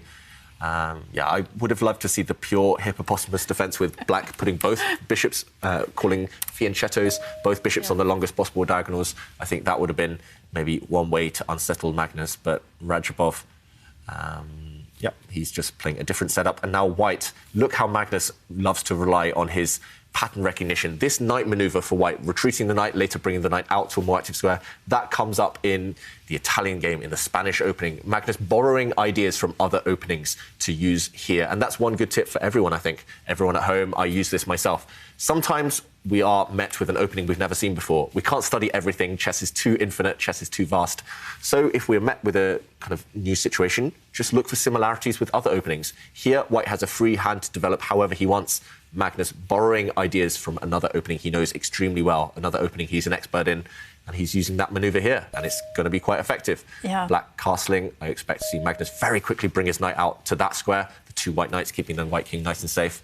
Perfect formation. Yeah, no, it's a beautiful, actually, maneuver from Magnus Carlsen, because he's actually anticipating if black tries to stake out a claim in the centre by advancing the king's pawn, then that white knight is getting ready to jump forward to the f5 square, and that is where it wants to be.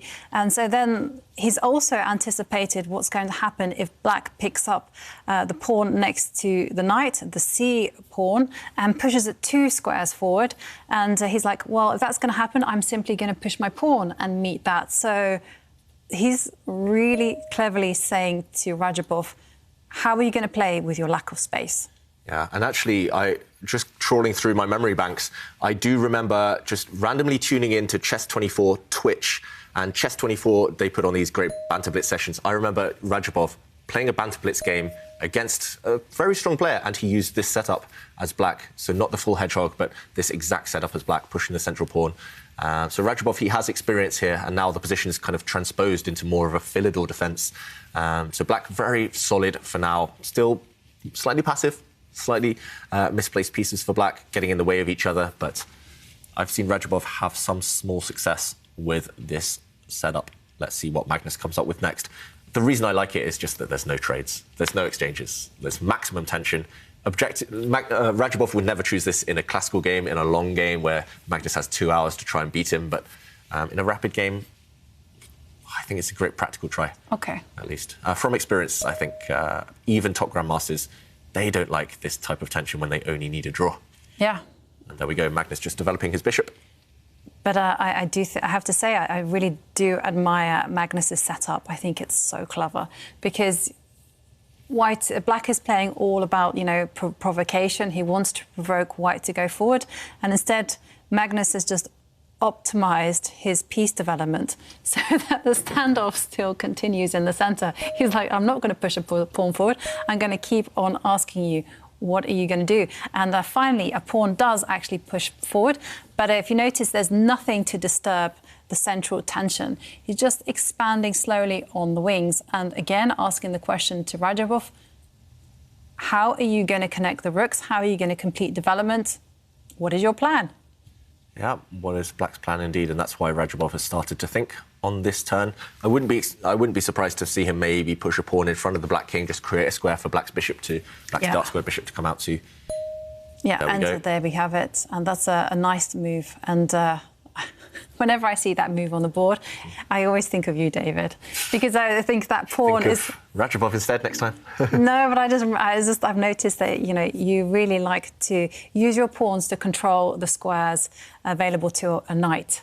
And it's such a nice strategical concept. Yeah, so white's knight, we've mentioned this in the past, but white's knight wants to get to f5 where it will thrive, but it has not been granted access to that square. Black's pawn covering the very important f5 launch pad.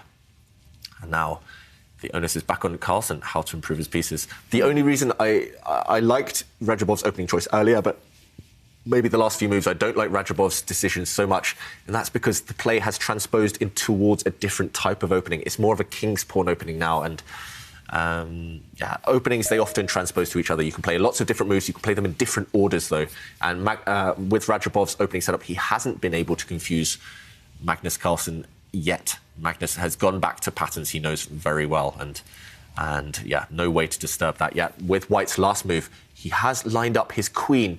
The queen's on a bit of an odd square, but he has lined it up with his dark squared bishop. So there are potential ideas of jumping with White's bishop later on. Actually, maybe if we bring up the analysis board while Radjabov thinks, just to explain this slightly mysterious move by Magnus Carlsen, bringing his queen to this square. Looks like a passive square, but OK, Black has developed his bishop now, and I would expect to see Magnus Carlsen jump forward with his own bishop. If not now, then over the next few turns. Black's bishop here, the fianchetto bishop, it's on its longest possible diagonal, so it makes sense to trade it off. Also, it's the best defender of the Black king. So if you trade off this piece, now we see White's queen, White went to that square, defending White's bishop. If these bishops get traded, for example, if Black makes a move, then suddenly we will see Black's king may be vulnerable. The knights might jump in and sacrifice themselves to explode open Black's king side. Maybe the White queen later will jump forward towards Black's king. I think it definitely makes sense to trade off those bishops right now with this move.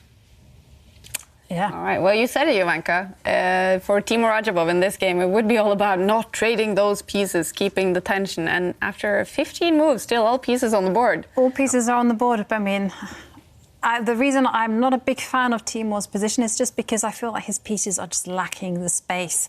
Yes, he's kept all of them on the board, not one single trade. But, you know, it's very, very difficult for him to maneuver and to create some active point of attack. So now for him as well, it would be good to get some pieces off the board to create space simply. It has to be the right ones, but yeah, I guess Black can't just sit forever. Sit and maneuver, and yeah, Black's pieces, they're much less active than White's. White has 3 pieces at least on his 3rd rank. Black only has 1 piece on his 3rd rank or beyond. Is this Magnus's dream position? You always say that he loves to activate his pieces, get all the pieces into the action. He's not complaining, let's just say that. He's definitely not complaining, Magnus Carlsen. And yeah, Radjabov, he's just guided the game towards more classical types of positions. I think he should have just kept his mentality of just trying to play kind of funky chess, weird chess, just to kind of curl up and wait for Magnus to kind of start pushing forward. But right now, Magnus in his comfort zone, back in types of scenarios that he knows, and spending a bit of time, I expect.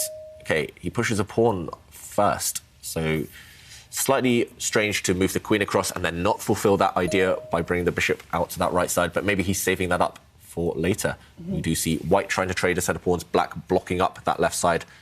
Black couldn't afford to allow White's rook in the corner to open itself up, so it makes sense to block it off. Do you know, I have noticed a little bit of a trend. When Magnus beats Timur Radjabov, it's because he's expanded with his pawns as much as he possibly can on the left side of the board. I mean, it happened in this game, the early game in the preliminaries. It was like all about expansion, and certainly was also the situation when Magnus had that very critical win in one of the earlier tour events, I think in the New in Chess Classic. Yeah, with pawns. It's just pawns coming forward, so good memories. Yeah, good memories, but he needs to continue pushing forward. Black staking out his claim for space. It might have started with something we call the Owens defense, with Black starting with his B pawn on the first move, but it's transposed pretty much directly to the Spanish opening. I mean, almost. I could actually find a transposition, I think, quite easily from from a king's pawn opening from the Spanish into this position. The Brea defense is almost identical, so openings, they all transpose. All right, well, Magnus again spending some time to think here. He only needs a draw in this game. What is he going for? Can we say that already? Yeah, I mean, he doesn't really want to take any risks, but it's hard to play risk-free chess in this type of scenario. Okay. You can't just wait forever while all the pieces are on the board, because then your opponent gets to fulfill all his plans. So why doesn't he start to trade off pieces if that's... Good question. I think he should. Okay. I think he should, Kaya. I would go for that bishop trade now, most likely. The bishop trade we mentioned a couple of turns ago. I really like that bishop trade, and it's just designed to soften up the dark squares around the Black king. I mean, because it does look at first sight a little bit anti-positional. You know, you're like, well, what's the Black bishop doing there? You know, it's just passive, it's stuck behind a pawn, but it's such an important piece with so much potential that once you get rid of it, then Black will start to have a little bit of problems with the safety of the king. Yeah. So Black has two things to worry about right now. Firstly, as Ivanka mentioned, potentially the safety of the black king. If that bishop does get traded off, if it disappears. The second thing black has to worry about is taking some action. How do you open up the center? You don't really want to trade some pawns in the center right now because that gives white more grip. So Radjabov, he needs to find a way to fight for space, fight for some activity, and not compromising his position in the meantime. That's why he's thinking. I would expect, actually, if we bring up the analysis board, just... OK, he brings his bishop back. Wow, that is... It doesn't trade pieces. That is good. But it does mean that this bishop is internally bad. And there's always going to be tricks later on. Not right now, but later on. For example, white could jump forward with the knight, giving up a knight just to open up lines towards the black king. So this type of thing would lead to checkmate. This is what Radjabov has to worry about now that his bishop is so bad. Mm-hmm. Yeah, no, definitely. That is a very thematic knight jump. And but it does fit in with his strategy of not exchanging any pieces. I mean, I do think that this is perhaps the best practical shot, even though it's rather ugly. But OK, white needs a plan here. And what I would be thinking about doing is I would simply carry on with Magnus's idea of just not committing anything to the position. So I would be tempted to advance one pawn forward on the right side of the board. Yep. It's on the board. Oh, David's played it for me. Yep. Thank you. Because black has the idea of jumping forward with the knight. For example, if white just moves a piece, black has the idea of jumping forward and dislodging this white bishop. So you might as well control that square. Yeah, exactly. And also it's a nice luxury move where the king will have a hiding hole for... Oh, but we have a move. And the move is a little bit unexpected because I fully expected this waiting game to continue until one side cracked. And now Magnus has just simply advanced a pawn in the centre, committing the pawn structure. And now the tension will dissipate from the centre to the sides of the board. And yeah, Kaya, you love your pawn chains. Look at this for white. Look at this for black. Very strong pawn formations here. I think black has to play very quickly for this pawn break. If black sits and does nothing, he's just too cramped. No active plans. He has to play with this pawn break. If not now, then on the next move. You can play it immediately, but maybe you want to insert this move, bring the rook first to this square, actually lining up indirectly against the white queen. And if white takes a timeout now, you have to break before it's too late.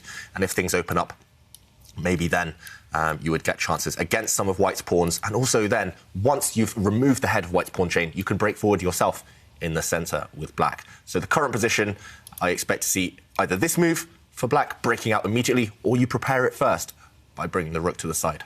Yeah, absolutely. That needs to be played. Otherwise, black is in danger of just getting squashed. You have to plan out your breakout eventually. And yeah, so whilst we're waiting for Timur to catch up a plan of action, well, we should remind everyone we have a quiz of the day where we're asking which player should you take to the moon. And there you can see there is an amazing prize at stake. And we have a few answers. Blunder Master says that they would take Vishwanathan Anand because the Indian Space Research Organisation would spend their whole budget to keep us safe. Yeah. Interesting. Yeah, I think I agree.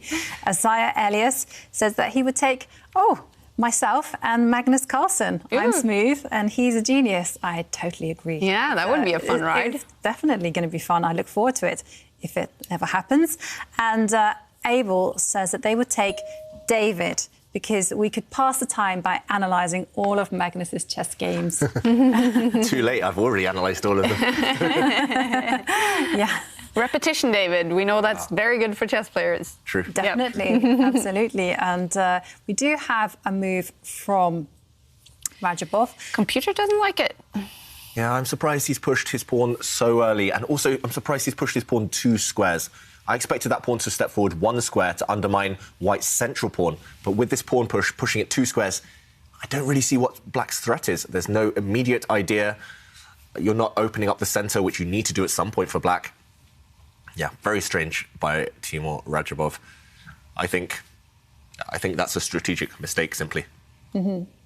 So would you be tempted to capture the pawn? That is the immediate consequence of that pawn It does feel like someone has to start those trades soon, yeah. Eventually, yes. I mean, move 18, 32 pieces on the board. Yeah, and they will continue being cramped, feeling a bit bunched up if that continues. And personally, I wouldn't even touch that pawn. It's slightly tempting to take that, but I would play maybe your move from earlier, Jovanka, just step a pawn forward on the right side. I don't think Black has any real threats on that left side of the board right now. So, okay, Magnus, what will he come up with? He does have this tendency to be direct, as you mentioned, and it's very natural to simplify. Let's bring up the analysis board, actually, just to show what might happen right now.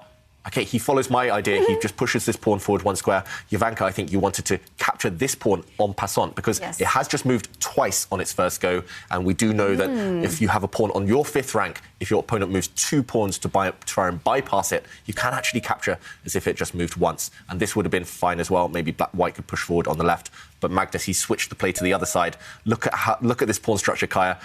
Whoops, in the current position, if we catch up with the game, then now Black has pushed his pawn forward on the left. This is completely blocked.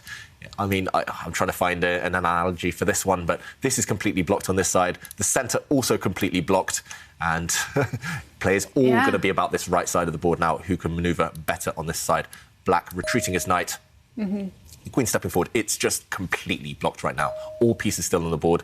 Black starting to switch his pieces. Note how he's starting to switch his pieces towards the right side now. Later on, White's knight stepping back. Later on, Black will move this knight.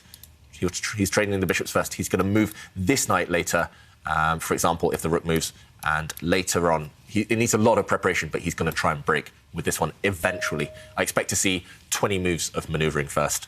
Yeah, and the manoeuvring has begun because Magnus has just played one of those mysterious rook moves where he's moved his rook to in front of a pawn, and it looks like that rook is not going to do anything. So he's getting ready for that battle, that opening in the centre.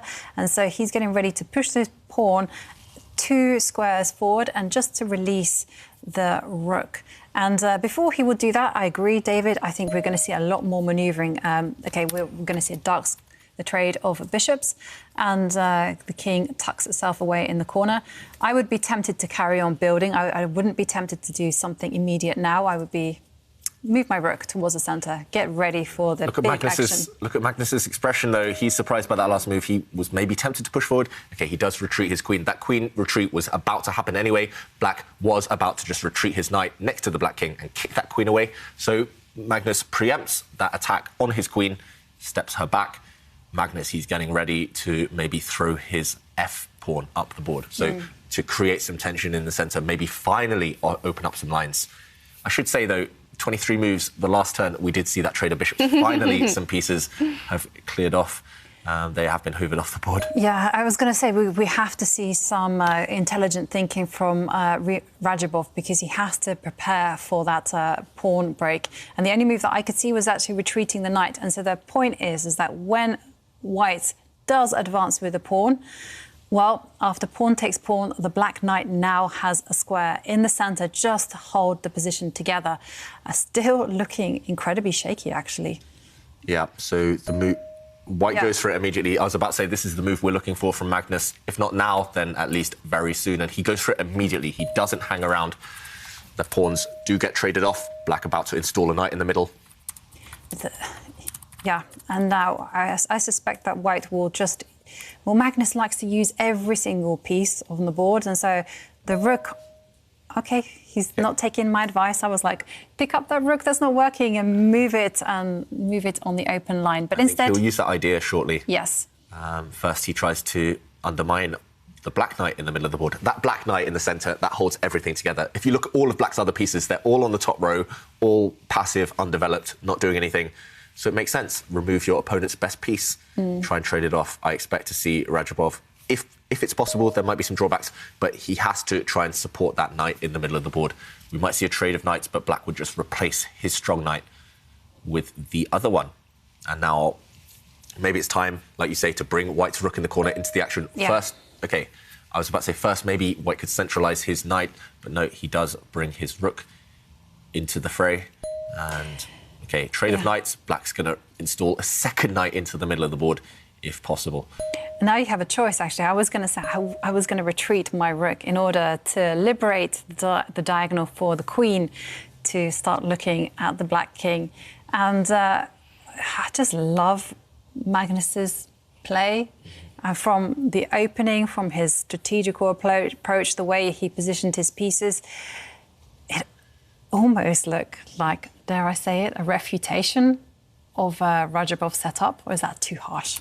That's way too harsh, I think. I mean, it was just a normal brilliant. position a few moves ago, though. I do think Rajabov's taken risks because he knows he's in a must-win situation. Okay.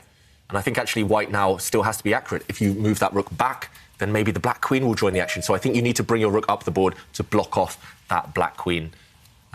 This type of structure is well known from different types of openings, still the Spanish opening, and from, for example, the King's Indian, the Benoni. Lots of different openings lead to this pawn structure. That's why Magnus is able to play so quickly and just using that pattern recognition again. Black has one fantastic piece. The black knight is amazing, but the problem is the other black pieces. There's no space. You want to trade off all the rooks, and then black's actually maybe better, but black's rooks are just not able to find lines. Black's bishop stuck on its home square. Wow, Timur Rajabov in this must-win situation brings his bishop out, sacrificing his bishop, but he has severed the connection between the two white rooks. White's rooks no longer connected. That bishop move, it's either very good or it's very bad, but Magnus, he is calling Rajabov's bluff. He sacrifices his rook for that bishop. Now with pawn takes pawn, black's queen attacked by white's remaining rook. That black queen's going to have to move away. And Magnus, despite the fact he only needs to draw, he's sacrificing. He's going on the attack now. And it does look very good for white, I must say. It looks amazing. I mean, what you would do with that white pawn is actually you wouldn't just automatically capture the black pawn in front of the king. You would instead use your pieces, especially the queen and the knight, and involve them in the attack. It just looks so good. Yeah, black's queen, I think the main issue is black's queen doesn't have a safe square. Yeah. No matter where the black queen goes, she's going to be in trouble. OK, she goes to the edge of the board, attacking white's knight. That just gives white time to jump in with his knight if he wants to. Magnus, he knows that he's built up a winning attack. He still needs to be accurate because he's material down on the board. White down a rook. White down a rook for a bishop. So white needs to be quick. But bringing that knight up it's the most natural move. Yeah, the more the bar thinks, the higher it goes, saying 8 advantage for Magnus Carlsen. What's happening here? Yeah, the white knight did jump in. Knights on f5, they will thrive. And that white knight is beautiful. White's pawn as well, stepping up, checking the black king. The black king's actually trapped. You just need one killer blow to actually check it later on, to checkmate it. White's knight, meanwhile, just snacking on pawns, taking pawns. And the white knight is actually threatening not only the black rook, but it can also jump backwards and start threatening some horrible checks. Just everything is falling apart. Yep, so that black rook was attacked. It attacked the white knight stepping back to its dream square. There were other squares as well it could have used maybe, but white's knight protecting that white pawn, that intruder in black's position next to the black king. White actually has 2 pawns now as well for that exchange sacrifice that we mentioned earlier, for that material. White's pawn stepping forward, clearing a square for the white queen to check that black king along a light square diagonal. It's deadly. Black king is doomed. This is fatal. I mean, there's just nothing to do. Look at the black rooks. They're just paralysed. They're unable to... Yeah, the only move that I can potentially see is just, like, move the rook that's in the corner, move it up 1 square. And maybe white's bishop is actually going to join the action. White's bishop's going to centralise itself, then kind of zigzag and start hitting the black king. I mean, that's a very exposed light square diagonal. White's knight and bishop are going to be worth way more than both of black's rooks. Yeah. This is game over. Yes, it just hasn't worked for Rajabov at all. I mean, I'm just really impressed by Magnus's play. And Rajabov does make the move that I suggested, but... I don't know, it's very, very little. Is it basically over? Is Magnus with 1.5 foot in the final right now? I think, He's almost there. He just needs to control his emotions, not get too excited, and he's nearly there. And Magnus is so ruthless when it comes to these type of positions. And he has this ability as almost superhuman just to keep himself calm. Yeah, so white's queen did give check. Black's rook had to block. Now the bishop steps back, attacking the black queen. Is that queen trapped? It's almost trapped right now. Actually, maybe it is trapped. The black queen about to drop off the board as well. This is Magnus in top form. He's in the flow. He's finding these difficult moves quite quickly as well. Yeah, he's just been brilliant with attacking with just pieces. And I have to say, actually, he actually did a Chessable course on how to attack without sacrificing pieces. Well worth a check out. And Radjabov resigns with the Black Queen about to be trapped. It's over. Magnus Carlsen is the winner of the semi-final against Radjabov. He is ready for the big final in the third major in the Meltwater Champions Chess Tour, the FTX Crypto Cup. And we'll have a repetition of the final between these two. They faced each other in 2 finals so far in the tour. It's going to be a third one. And Magnus Carlsen will be hoping for third time lucky because he's lost both of them to Wesley So. Wow. Can you imagine, Jovanka, another final between these two? Yeah, I know, but what a journey we've had to get here. You know, it's been so much drama, so much action. We've seen magnificent play.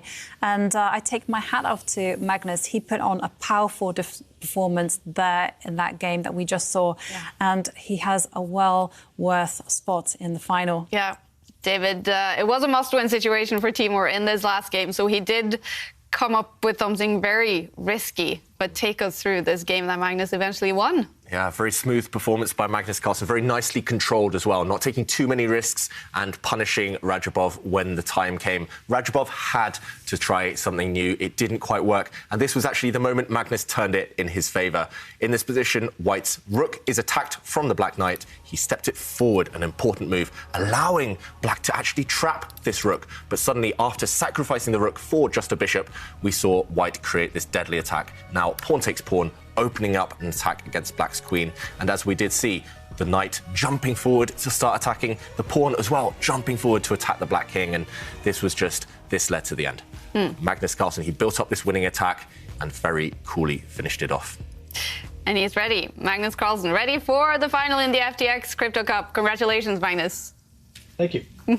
So, well, today, I mean, going back to game 1, how determined were you to really put Radjabov in some, well, uncomfortable situations from the get-go? I cannot say that I had a very aggressive mindset, but I decided at least I wanted to play something less theoretical and try and get a game. But, I mean, realistically, I think I messed something up and I was just quite a bit worse. But fortunately, I managed to solve my problems. He probably didn't choose the right way. And after that, I already felt like I had some psychological initiative. So I tried to find a way to play for a win. And yeah, finally he blundered, which was very, very satisfying because it was easy at some point in that game to be satisfied with the fact that I solved my problems and that I could make a draw, but I was always trying to keep some life, and it really paid off. And Magnus, ending on a loss yesterday, how difficult was it to recover from that? Do you think game 1 today was the turning point in the match overall? Oh yeah, for sure. Obviously, it wasn't ideal. What happened in the last game yesterday, but I knew that it's sort of easier, I feel, to adjust this time than it was in the preliminaries, because this time it's still sort of more in my own hands that I just have one opponent to beat once. So it was obviously very upsetting, but nevertheless, I think I dealt with it fine, and I definitely had a decent mindset coming into today. And well, it's been a tense tournament so far with the preliminaries, that final day, the quarterfinal against Hikaru, and now against Timur Radjabov decided today. How are you feeling about the way you're playing, Magnus? No, as you said, yeah, it's been awfully tense. Can't say that my play is like flowing great, but I mean, I'm in the finals, and that's the most important thing. So you can always improve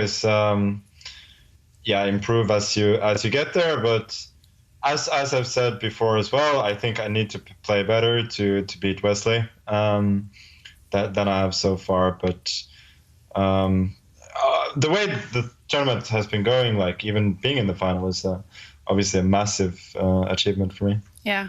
And now, as you mentioned, Wesley So in the third final for you so far in the tour. What will you do differently to beat him this time? Well, I did beat him in the 1/3 place match we played. I don't really know, to be honest. He's not an easy person to beat. I think he was pretty vulnerable yesterday in his match, but today seemed a lot more convincing. So he's very strong. Yeah, it's going to be an interesting final, Magnus. What will you do warming up for that final today and tomorrow? Well, I'll probably watch the other big final that's going to be on today, and then try and be fresh and prepare. Yeah. Do you have a favorite? Someone you will root for in the final in the Champions League tonight? No, not particularly. All right. We wish you a great evening, Magnus. Enjoy yourself, and congratulations again. Thank you. Magnus Carlsen, of course, is going to watch the Champions League final in football, getting ready for the big final for himself in the Champions Chess Tour tomorrow. And he seems ready, Ivanka. Yeah, he definitely seems ready. But, you know, tomorrow he will be facing his nemesis, Wesley So, who, of course, defeated him twice in a tour final. So definitely looking forward to see what changes Magnus will bring to this match. Yeah, what's your expectations, David? Who's the favorite? What do you think is going to happen? I think it's too close to call. Wesley, he likes to downplay the fact that he might be the favorite in some matches, but historically, he's definitely got the upper hand. And Magnus, maybe he's saving his best for last. He's slowly moving up the gears as the tournament's gone on. If he continues moving up the gears, I think he stands a chance. If not, Wesley must be the favourite. And I did notice when I asked him about this sort of the ghosts of the past with Wesley winning those two other finals, he did mention, well, I did beat him in that battle for third place in the tournament. So he's focusing on the positives here. Yeah, and that's what you have to do. And he also pointed out that he had noticed that Wesley had been vulnerable yesterday. Yeah. So definitely you have to zone in on your opponent's weaknesses, as well as look at your own strengths and weaknesses too. Well, Magnus hasn't shown many weaknesses in the semi-finals against Timur Rajabov. Let's take a look at the final results. Jan Nepomniachtchi, he got very unlucky yesterday. Some mosquitoes teaming up with Wesley, so losing that final game. So he had to win today's match to take it to tie breaks. But Wesley So, he won the third game, and he is ready for his third final in the Meltwater Champions Chess Tour. Magnus Carlsen and Timur Rajabov, they tied the match yesterday, winning one game each. But today, Magnus Carlsen has proved the best, winning 2 games, and he is through to the big final that will start tomorrow in the FTX Crypto Cup. Remember, this is a major. The winner will qualify directly for the tour final that is planned to be held live in San Francisco. I bet both of these players really want to get there. It's looking good for them on the overall table, of course, in the Champions Chess Tour. Jan Nepomniachtchi and Timur Rajabov, they're going to fight it out for the third place. So definitely they're not done in the tournament either. But another final between these two, I mean, it's going to be fun. It's definitely going to be fun. I mean, I can't wait for tomorrow. I can't wait for the action. And it's just been such a ride to get here. I mean, I couldn't have predicted it at all. And Wesley So said it. If he could take someone to the moon, he would take Magnus Carlsen and leave him there so he doesn't have to struggle with the world champion. And I hope we have some more cool answers from the viewers. We do. That was our quiz of the day, where we're asking which player would you take with you to the moon? And as always, we adored your answers. A lot of them were very, very funny, very cool. And before we reveal the winner of this amazing bumper prize provided by Opera, do have to make some honourable mentions. We liked Blundermaster's answer that they would take Vishwanathan Anand because the Indian Space Research Organisation could spend their whole budget to keep us safe. And we also liked Manish, who said that they would love to take David and myself to the moon. They already have experience in playing chess in extremely cold conditions. That is very true. Full picture. We also liked Martin Marnon, who says that if I could go to the moon, I would take COVID-19 with me and leave it there. We have all had enough. Yes, Martin, you're my hero. Definitely. But the lucky winner of our bumper prize, is just amazing. Chessable 1B3 course, Play Magnus Play Magnus Plus subscription and Chess24 Premium membership. Well, that goes to Axel Blake. Congratulations. He says, I will take David Howell and Magnus Carlsen. I'm sure they can come up with some funny challenges with no gravity. Probably my best chance of beating him. Good choice there. Congratulations, Axel. Yeah, I wonder what a chess game on the moon would look like with no gravity. Yeah. All right. Well, ladies and gentlemen, the final of the FTX Crypto Cup will take place on the Earth. Magnus Carlsen sitting in Oslo, Wesley So sitting in Minnesota. They played 2 finals against each other in the tour so far. Wesley So has won both of them. So is it third time lucky for Magnus Carlsen? Well, we'll have to see tomorrow when the first day of the finals begins. We hope to see you back then. Bye.